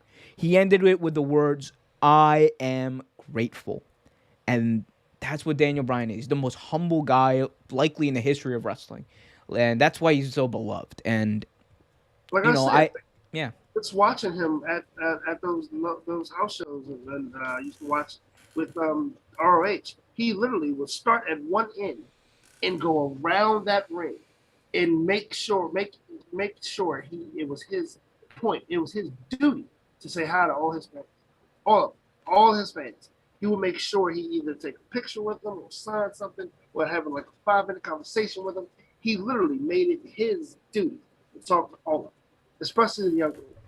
Like, I mean, you can mention other people that do that too, like John Cena, Roman Reigns before he was a heel, Ronda Rousey even. Like, you can mention a lot of people that did that, but in this day and age, and that wasn't super long ago. I mean, what it was actually, that was like maybe 2012 or maybe a little before that. Because how long has he been in WWE? 2010. 2010. So yeah, that was longer than that. I was like 09. And yeah, like in ROH, I mean, it was a lot of people, but still wasn't like the crowds at WWE. But yeah, he did that, and to me, that shows something for a wrestler or entertainer. You know, that the type of guy he is. Yeah. Yeah, and you mentioned Daniel Bryan. You know, this might be the last year we see him in the ring, and I do think that's likely. He's made no bones about it that he wants to go be a dad. We've covered this before. He wants to go be a dad. He wants to go there, be there for his family, and be healthy. That's another thing that he's talked about active. He's like, I've taken every day as kind of like a blessing to this point, as that every day that I'm wrestling. So I think we could see Daniel Bryan legitimately hang up his boots, and it could be for the rest of his life. But I do think that I think Bryan, he loves wrestling. He loves wrestling. And I would not put it past him, and I mean this in a positive way, to be done as a full-time wrestler. I think, look, he can do one or two big events a year and do build-up to that. And I think still be at home with his family, because we've seen the way AEW does their business model. They don't run house shows. No, they don't. Even pre-pandemic, they did one pay-per-view a quarter, and they did their weekly television. Other than that, you're basically free for the rest of the week. Show, like, a couple weeks ago. Yeah, and that was just because WrestleMania was in the neighborhood, so they were like, let's do like a special thing there. So that was interesting, and I think that Daniel Bryan could do something on that type of AEW, whether it's AEW, whether it's New Japan, or even going back to Ring of Honor, doing one last loop there. I think he could do that, because I think he's talked about wanting to wrestle Okada. He's talked about wanting to wrestle Omega. He's talked about wanting to wrestle Cody Rhodes, Darby Allin. He's talked about wanting to wrestle all these guys. Mm-hmm. And I legitimately think on a lighter schedule, because only wrestling once a week, only showing up to TV once a week max, and not doing house shows, not putting your body on the line on random house shows, useless house shows that don't even draw money, like 300 days a year. I think that's a schedule he could do. And whether it's only for a year he does it, or whether he only shows up for one big thing, I think before it's all said and done, Bryan will do one last run somewhere other than WWE. At least one last run somewhere other than WWE. I think he'll run at the Indies. I think I think he's going to do that. And maybe hit New Japan or something like that. But and who knows? We might that might be the catalyst we need for getting CM Punk out of retirement. I don't know. One last time. You think he still wants it? I don't know if he still wants it. He said for the right money and the right match he would do it. Who knows, man? Daniel Bryan's. Here's the thing. I think if Daniel Bryan called up Punk and said that he wants him to be his retirement match, Punk would do it. I think he'd do it. I think he'd do it. And vice versa. Ever see Punk in an AEW ring? So it gets talked about a lot, right? And right. The real answer is, obviously, we don't know. Anything I say is speculation. Right, of course. I think if we're going to see CM Punk wrestle again, it's going to be with AEW. I'm a staunch believer in that. I don't think he will ever go back to WWE as a wrestler. I do think that if he ever wants to wrestle, if he wants to run a program, the guys that he wants to wrestle, the guys he wants to work with that he hasn't had the ability to work with, they're all in AEW. Every name that he said he wants to work with, they're all in AEW.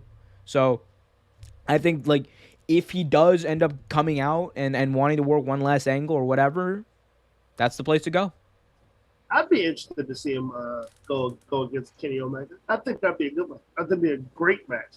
But it depends on what CM Punk we get. I mean, look, I think older now, I think here's the thing, dude. We've seen older wrestlers can still go. Especially CM Punk. He hasn't he's been out of the ring for 7 years. I think he's healthy.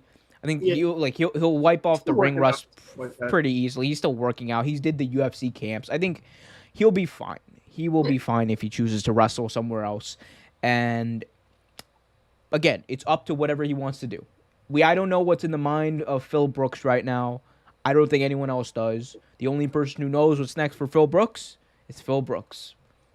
To quote Sting, the only thing that's for sure is that nothing's for sure. There you go. Here we go.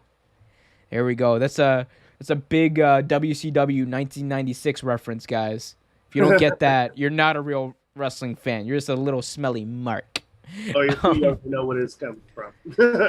I love fans. I love wrestling fans. Don't get me wrong. Anyway, moving on to a big preview for a big-time match on SmackDown Live this week. Daniel Bryan will be taking on the WWE Universal Champion Roman Reigns in a title versus career match. A match in which if the American Dragon, Daniel Bryan, loses, he will be forced into retirement. And his career on SmackDown, at least, will be over.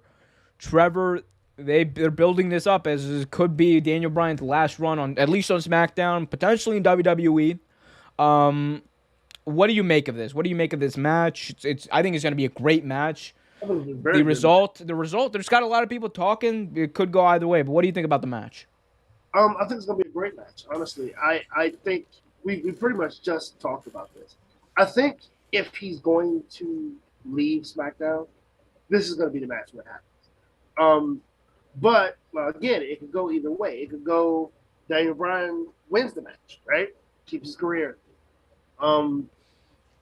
Quickly drops the belt. Doesn't hold it very long. Quickly drops the belt, but it's still on SmackDown. We all know Daniel Bryan can go. We all know that Roman Reigns has shown us impeccable ring skills. The WWE, the WrestleMania 37 match, amazing, absolutely amazing. I thought he shined very bright in that match, and we know that they both bring out the best in each other. I honestly think this is going to be one of the best matches on TV this week. I honestly agree with this. I think it's one of the best matches on TV this week. I think it's going to be the best match on TV this week. Look, we're literally getting a pay-per-view type build for a television match. And I think this is going to be, look, these two obviously have great chemistry. They have, Daniel Bryan is amazing in the ring. Roman Reigns, amazing in the ring. Paul Heyman's going to be on ringside. So it's going to be interesting. It's going to be emotional regardless because WWE, they're good at one thing. They're good at telling a story, and they're going to tell the story of this could potentially be Daniel Bryan's last night in WWE. And I've seen it go back and forth as to who can win. And I honestly don't know what's going to happen. I am going to be rooting for Bryan, obviously. I'm a yes mark. But again, I don't know if they're going to drop the title from Roman Reigns right now. It would seem weird, but they've done this type of thing in the past where they just hot potato the belt, and who knows? Roman could just squash Bryan, or they could have a great match and Bryan could come out victorious, and then he drops the belt at Stomping Ground in a month. Yeah. Oh yeah, that's the name of the pay-per-view, Stomping Ground. After WrestleMania Backlash, it's Stomping Ground. I thought it was Proving Ground or something like that, wasn't it? Well, there's Battleground. There's Stomping Ground. And then there's Roadblock. Fast Lane. End of the line. God. God. Coming up with the names and things. They need to be hit by a bus. That says the name of it on the side of the bus. The Fast Lane Bus. Oh my God. These pay-per-view names. Hell in a Cell. Could you be any more transparent than that? Jesus Christ. Come on. Moving on.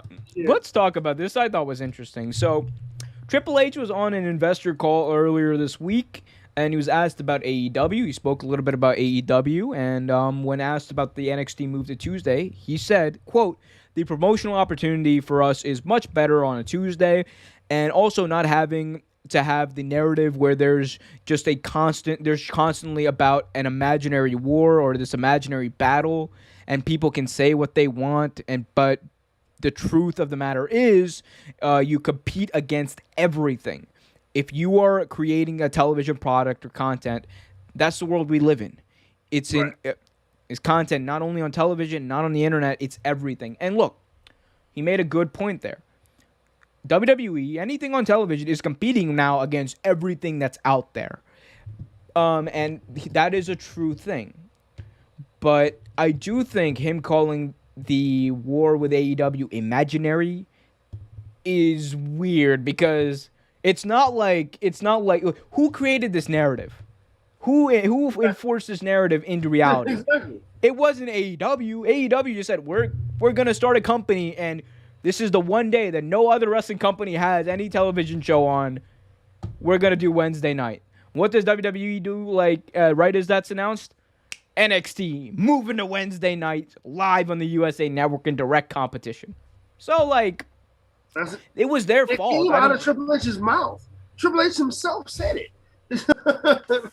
He said they're gonna compete against AEW. I don't know. I think Triple H's been hanging around Vince too long. that might be it. It's just is he backtracking, or is he trying to save face? What's going on here? I don't know. I don't know what it is. I mean, it really doesn't matter at this point. I mean, you have Tuesdays. You're winning the Tuesday war against the imaginary company that has on Tuesdays. Or is it Impact's on Tuesday, isn't it? Or the Monday? Impact is moved to Thursday. those poor souls on Impact moved to back to Thursday. That's the Impact day. That's what Impact was always on. But I mean, look, it's just competing with everything on TV. That is true. Even Tony Khan says the same thing. We're competing with everything on there. It's not just NXT, but to completely say that there's an imaginary war, dude, you're competing for the same audience. Literally, the most nichest of niche audience in pro wrestling. You're competing for the hardcore wrestling fans on Wednesday night. You're competing for, because NXT and AEW are two of the most hardcore wrestling shows there are, and I mean hardcore as in the most hardcore fans watch them.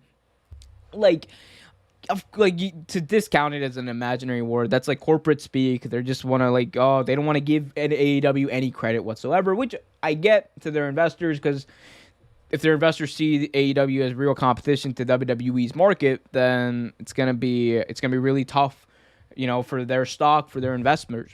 And look, given the fact that AEW has pulled out a over 1 million number past 2 weeks, they've been unopposed.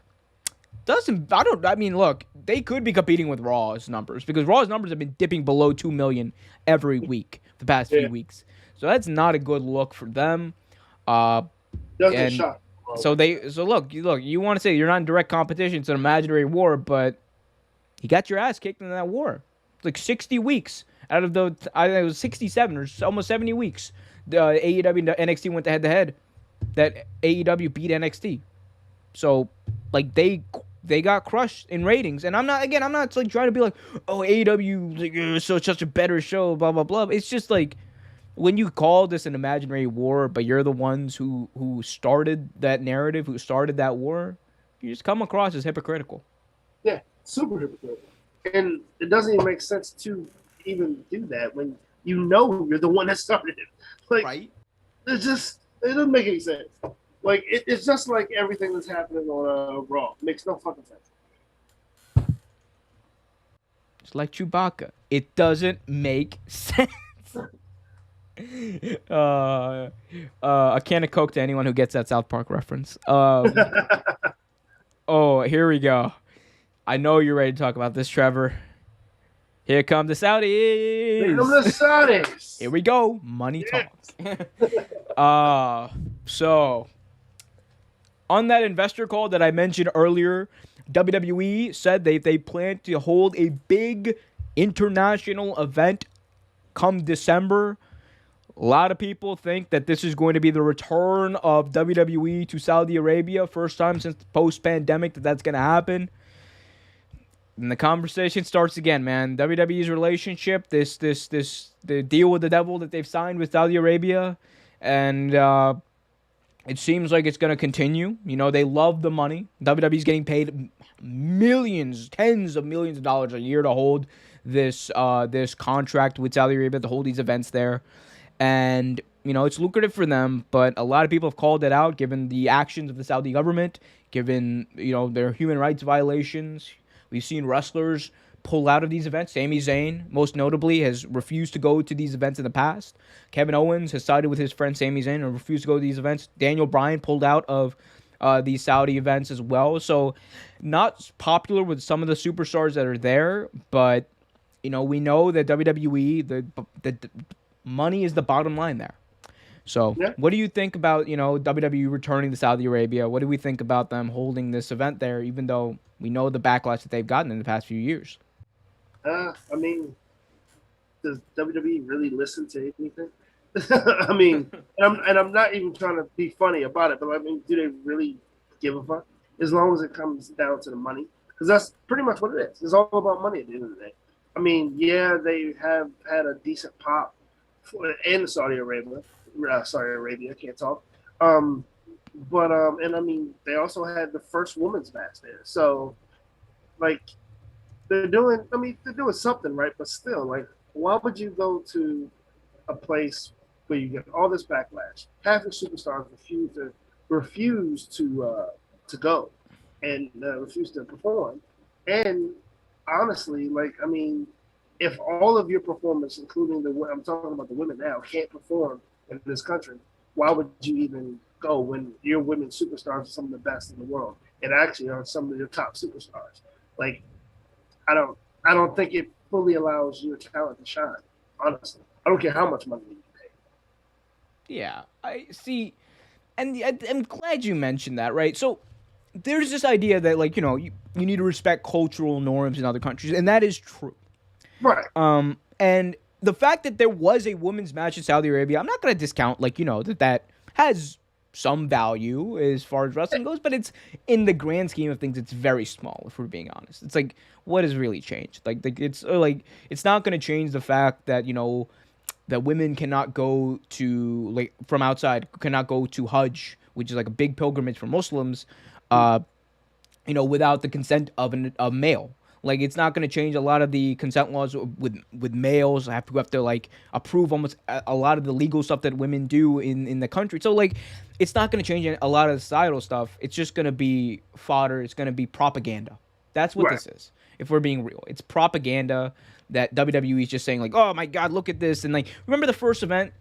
They were just, like, the first Saudi event they did, it was just all, look at this. This is all part of the Saudi Vision 2030, which is, like, this big, like, propaganda game that Saudi Arabia has played, saying that, oh, look at Saudi Arabia is changing. And look, there's good initiatives in there, but it's not the change that they're making it out to be. And that's what it is. But WWE loves their money. That's why they took the deal with Peacock. That's why they're taking this deal with Saudi Arabia. And they're not going to go back on it. Like, even no matter, like, we had they murdered a journalist in cold blood, chopped him up, and did all this stuff, did Saudi Arabia. WWE didn't bat an eye. They just went on and did their event.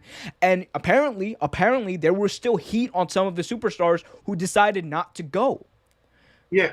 So there's still heat on them, and we know what happened. Like, there was a big story that happened last time they were in Saudi Arabia, that the plane that they were on was stopped by the Saudi government, and there were problems there. Like, still mixed stories on what happened there. So, like, there's a lot of scummy stuff going on there, man. And look, this deal, it's good for their pocketbooks, but it's not good for the impression of wrestling, I think, worldwide. It gives it a bad look. I mean, just like everything WWE has done in the past, like, 10 to 12 years, it's not working. It's not a good look. It makes you as a company look bad. Because honestly, you look like you're just money hungry at this point, which you are. But it looks bad. It does.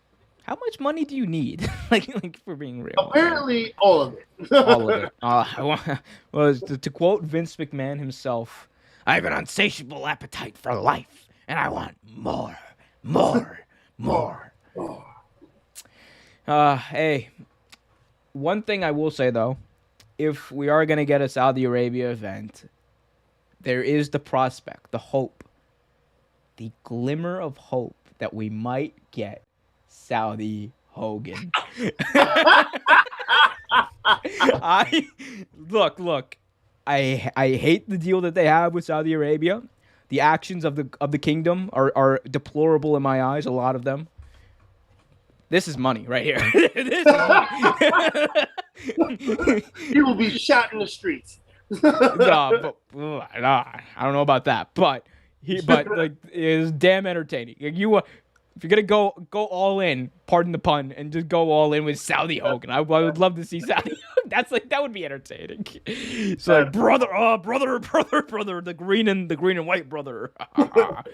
Eat This your song vitamins. would no longer be a real American. It'd be something in Saudi Arabia. I am a Rio Saudi Arabia. I got paid so much money to sing this song. Fight for no rights. Fight for your life. Oh God. That's wrestling. I'm so entertained though. Look, I'm always entertained by wrestling. This is why I do the show. A lot of good stuff. Lots of good stuff. This was a fun show. I think we had a lot of fun. I had a lot of fun doing this. What about you, Trav? I had fun today. I had a lot of fun too. What do you think? Any final takes? Anything you're excited we didn't talk about? Anything on your mind? I had a bunch of. So when we were talking about Darby Allin, right? There is a name that, and we also talked about the prospect of pretty much Kenny Omega passing the torch. There's a name that we have not mentioned, and we don't talk. I don't think we talk enough about this guy, Hangman Adam Page. Oh, yeah. He's another one that is really like one of their workhorses. I think he's gonna be the face of the company. That's the guy That's their guy. That's their guy. How old is he? He's not that old either, is he? I think Page is like 28, I believe. Okay. And I mean, honestly, if you market Adam Silver right, you can market him very well too. Like Adam Silver and Alex, what's his name, his tag team partner, are probably the most over guys from Dark Order. Ty Conti too. Yeah, Ty Conti. By the way, Ty Conti had a great match. Great match for the women's title last week on Dynamite. Cannot be understated. I'm honestly thinking you're gonna get your wish. I think Brett Baker's gonna get that belt. The DMD, baby. I love Britt Baker. Yeah, I mean, Adam Page is the guy. It's just like a matter. Look, if we're being real, I think Adam Page is gonna end up being the guy who beats Kenny Omega. That makes so much sense, actually, when you think about it. It really does. If they do it right, it really does. He was part of the they had a falling out.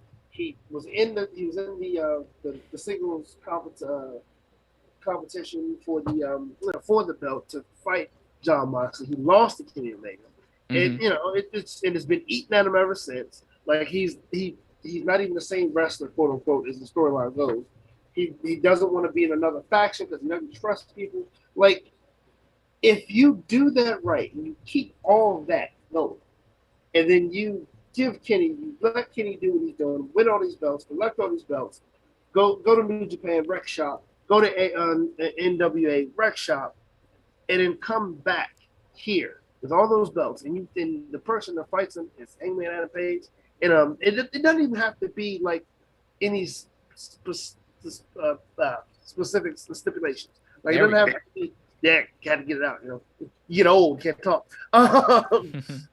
Specific stipulations. It doesn't have to be anything like a no holds barred match or anything like that. It can just be a regular wrestling match because these two can go and they have good chemistry in the ring. You've seen that.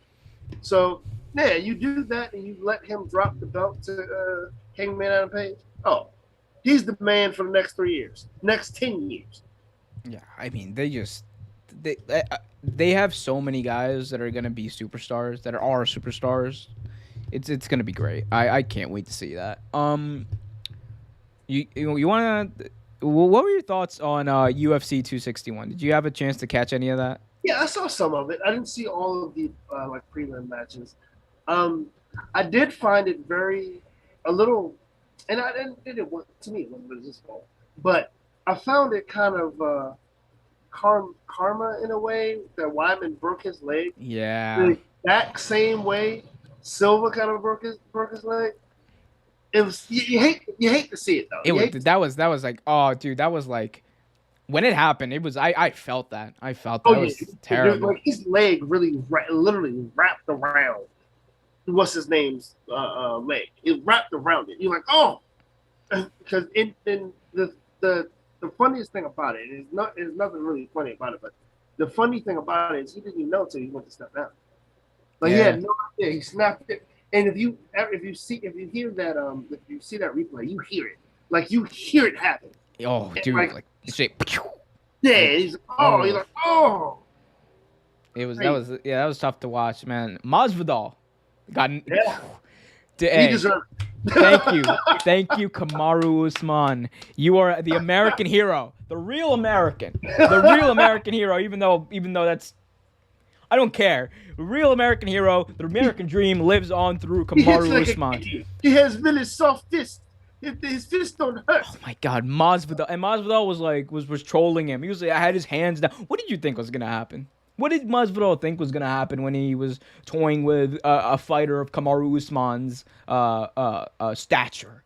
Look, and I love Masvidal, but goddamn, man, like you don't keep those hands up, pal. I don't hate Masvidal at all, but I thought a lot of the shit he was saying, like I was like, dude, whatever you're smoking, keep it away from me. I don't want it. He's smoking that Covington hash. Oh, bro. Speaking of which, that's the next fight, or well, allegedly. That's the most logical, and that's like rumored to be the next fight. It's gonna be Usman versus Covington. That's gonna be a good one. Oh, I'll live stream that one. that one's gonna be a good one, but it's all about what type of fighter Covington is that day.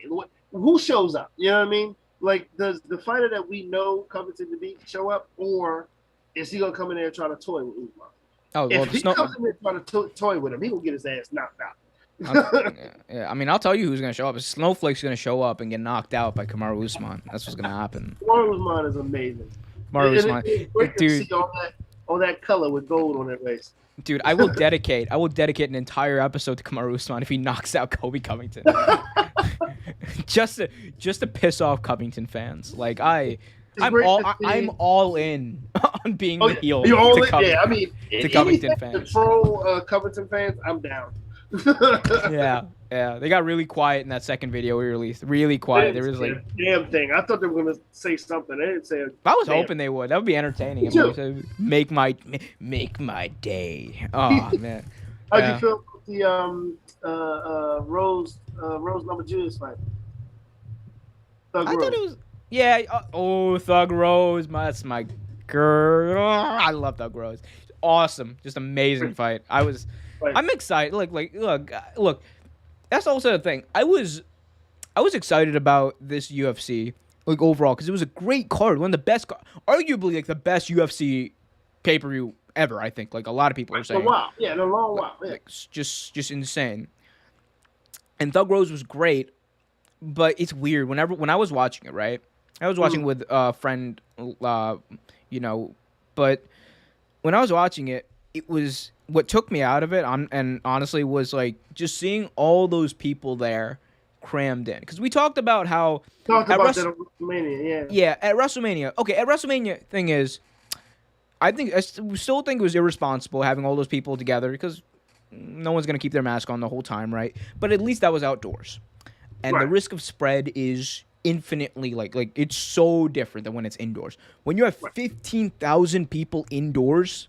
Like UFC did the other night, that's dangerous. That's reckless.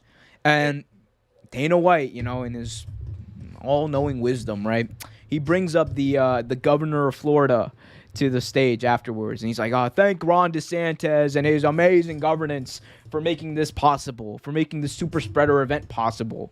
Even though Florida's going through like one of the worst phases of the pandemic they've been in, and it's just. Dude, it's just like, dude, like how much is it? You couldn't wait.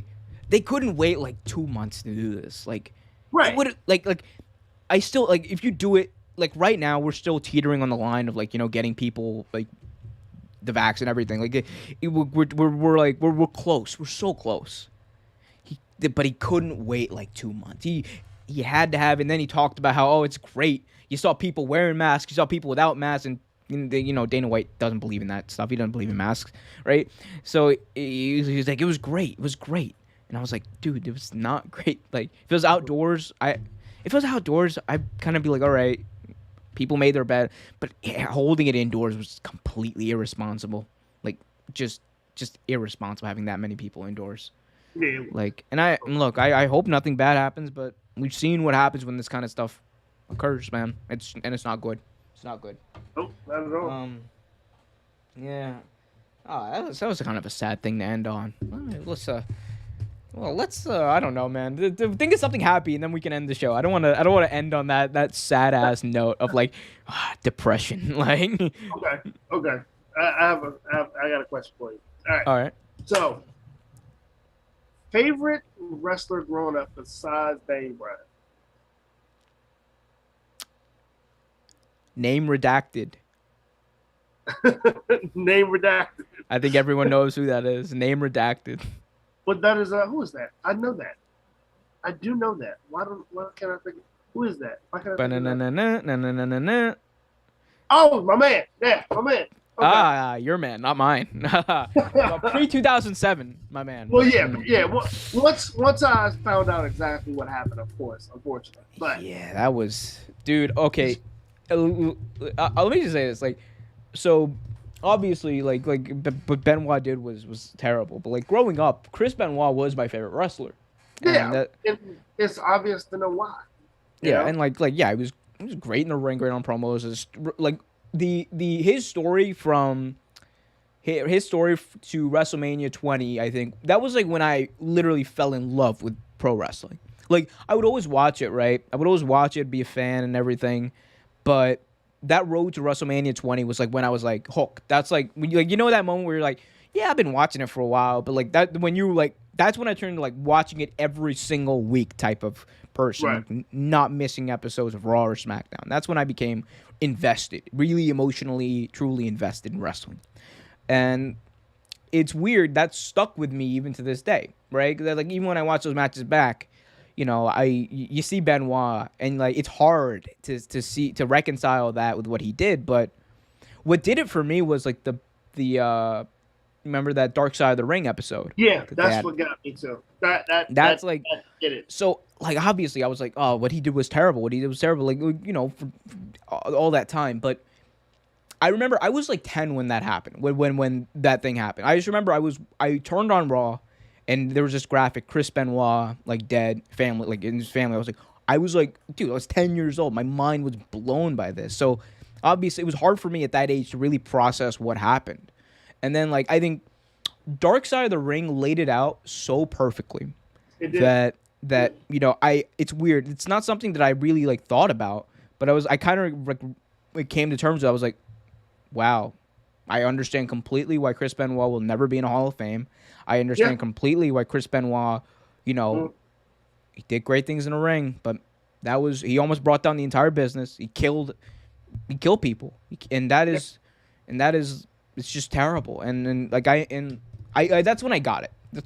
But growing up, it was Benoit. The other person that I grew up really, really liking was what's his name? Fuck. I just drew a blank. But the other, I mean, there were a few. I was always a big Derek Bateman fan from that time.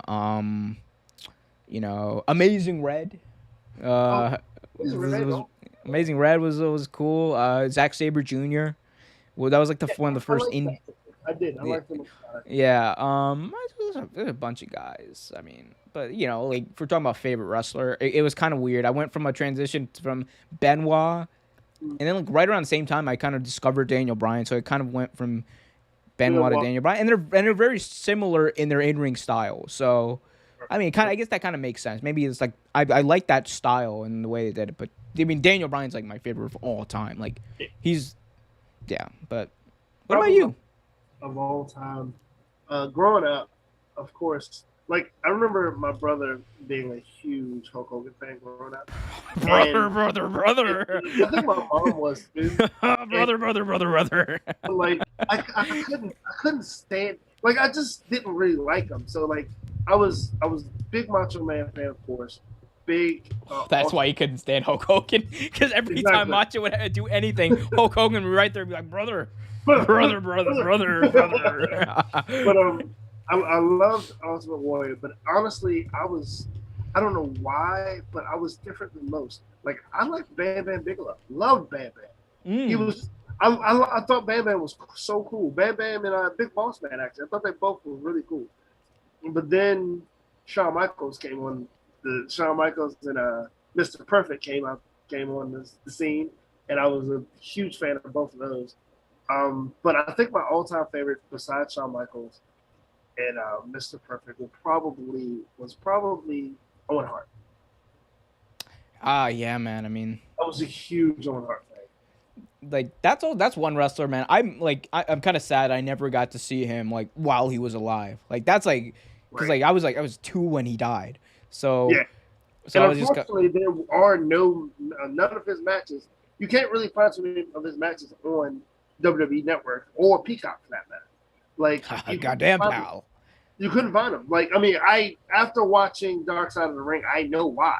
But I mean, you can find like the ones he had with Brett. I think WrestleMania 10 is still on there. there was the one with him and Sean was on there, and I think the one with him and Austin was on there. Yeah, they took out Over the Edge 99, which makes total sense. Like, Oh, they should have took that up. Yeah. dude, like that. Yeah. So okay, just real quick. I That was my rewatched. birthday. It happened on my birthday. Damn, Mhm. sorry to hear about that, but I mean, I rewatched that Dark Side of the Ring episode, and it just baffles me to this day. It baffles me that pay-per-view went on after a literal dude. That entire place was a crime scene. The minute Owen Hart fell, that's a crime scene. Because everything should have stopped. Yeah, they should have. It should have been stopped. It should have been canceled. It should have gone on. Like how do you mess up a crime scene? Like literally you can't. It was that show never should. And like JR and Jerry Lawler were right there. The fans were all right there. Like it's just, man, I can't believe publicly traded company, biggest wrestling company in the world, billionaire owner, didn't have the foresight to be like, all right, like we can afford to give everyone the money back for their pay-per-views, give them a token for the next month's pay-per-view, whatever, right? Like that's what could happen, but you kept going. That and again, probably right now, Kyle Riley and Orange Cassidy. Tyson Kidd was the name. Tyson Kidd from 2011 to 2014. I like Tyson Kidd. One of the he in NXT, man, he had some amazing matches with. Go back and watch NXT from 2014. I think there's NXT Takeover Fatal 4-Way or whatever, and NXT R Evolution maybe. I don't know. There were a few shows there. Tyson Kidd had some NXT title matches, and he had a feud with Tyler Breeze. They had some barn burners, man. Tyler Breeze could go, and it's a shame that they like didn't execute his gimmick correctly, but he could go. Tyler Breeze could go. Definitely could. Great wrestler. Great performer. Yeah, he can go right to catering because that's where his ass has been at for the past 10 years. Actually, him and Breezango had the NXT tag title not too long ago. Actually. Yeah, where are they now? They just wrestled maybe a week ago. Yeah. No, where are they right now at this moment? You know damn well where they're. They're at catering right now. They're at catering. Because they got nothing else to do. They're at catering, and I love both Tyler Breeze and Fantango. Okay. Fantango.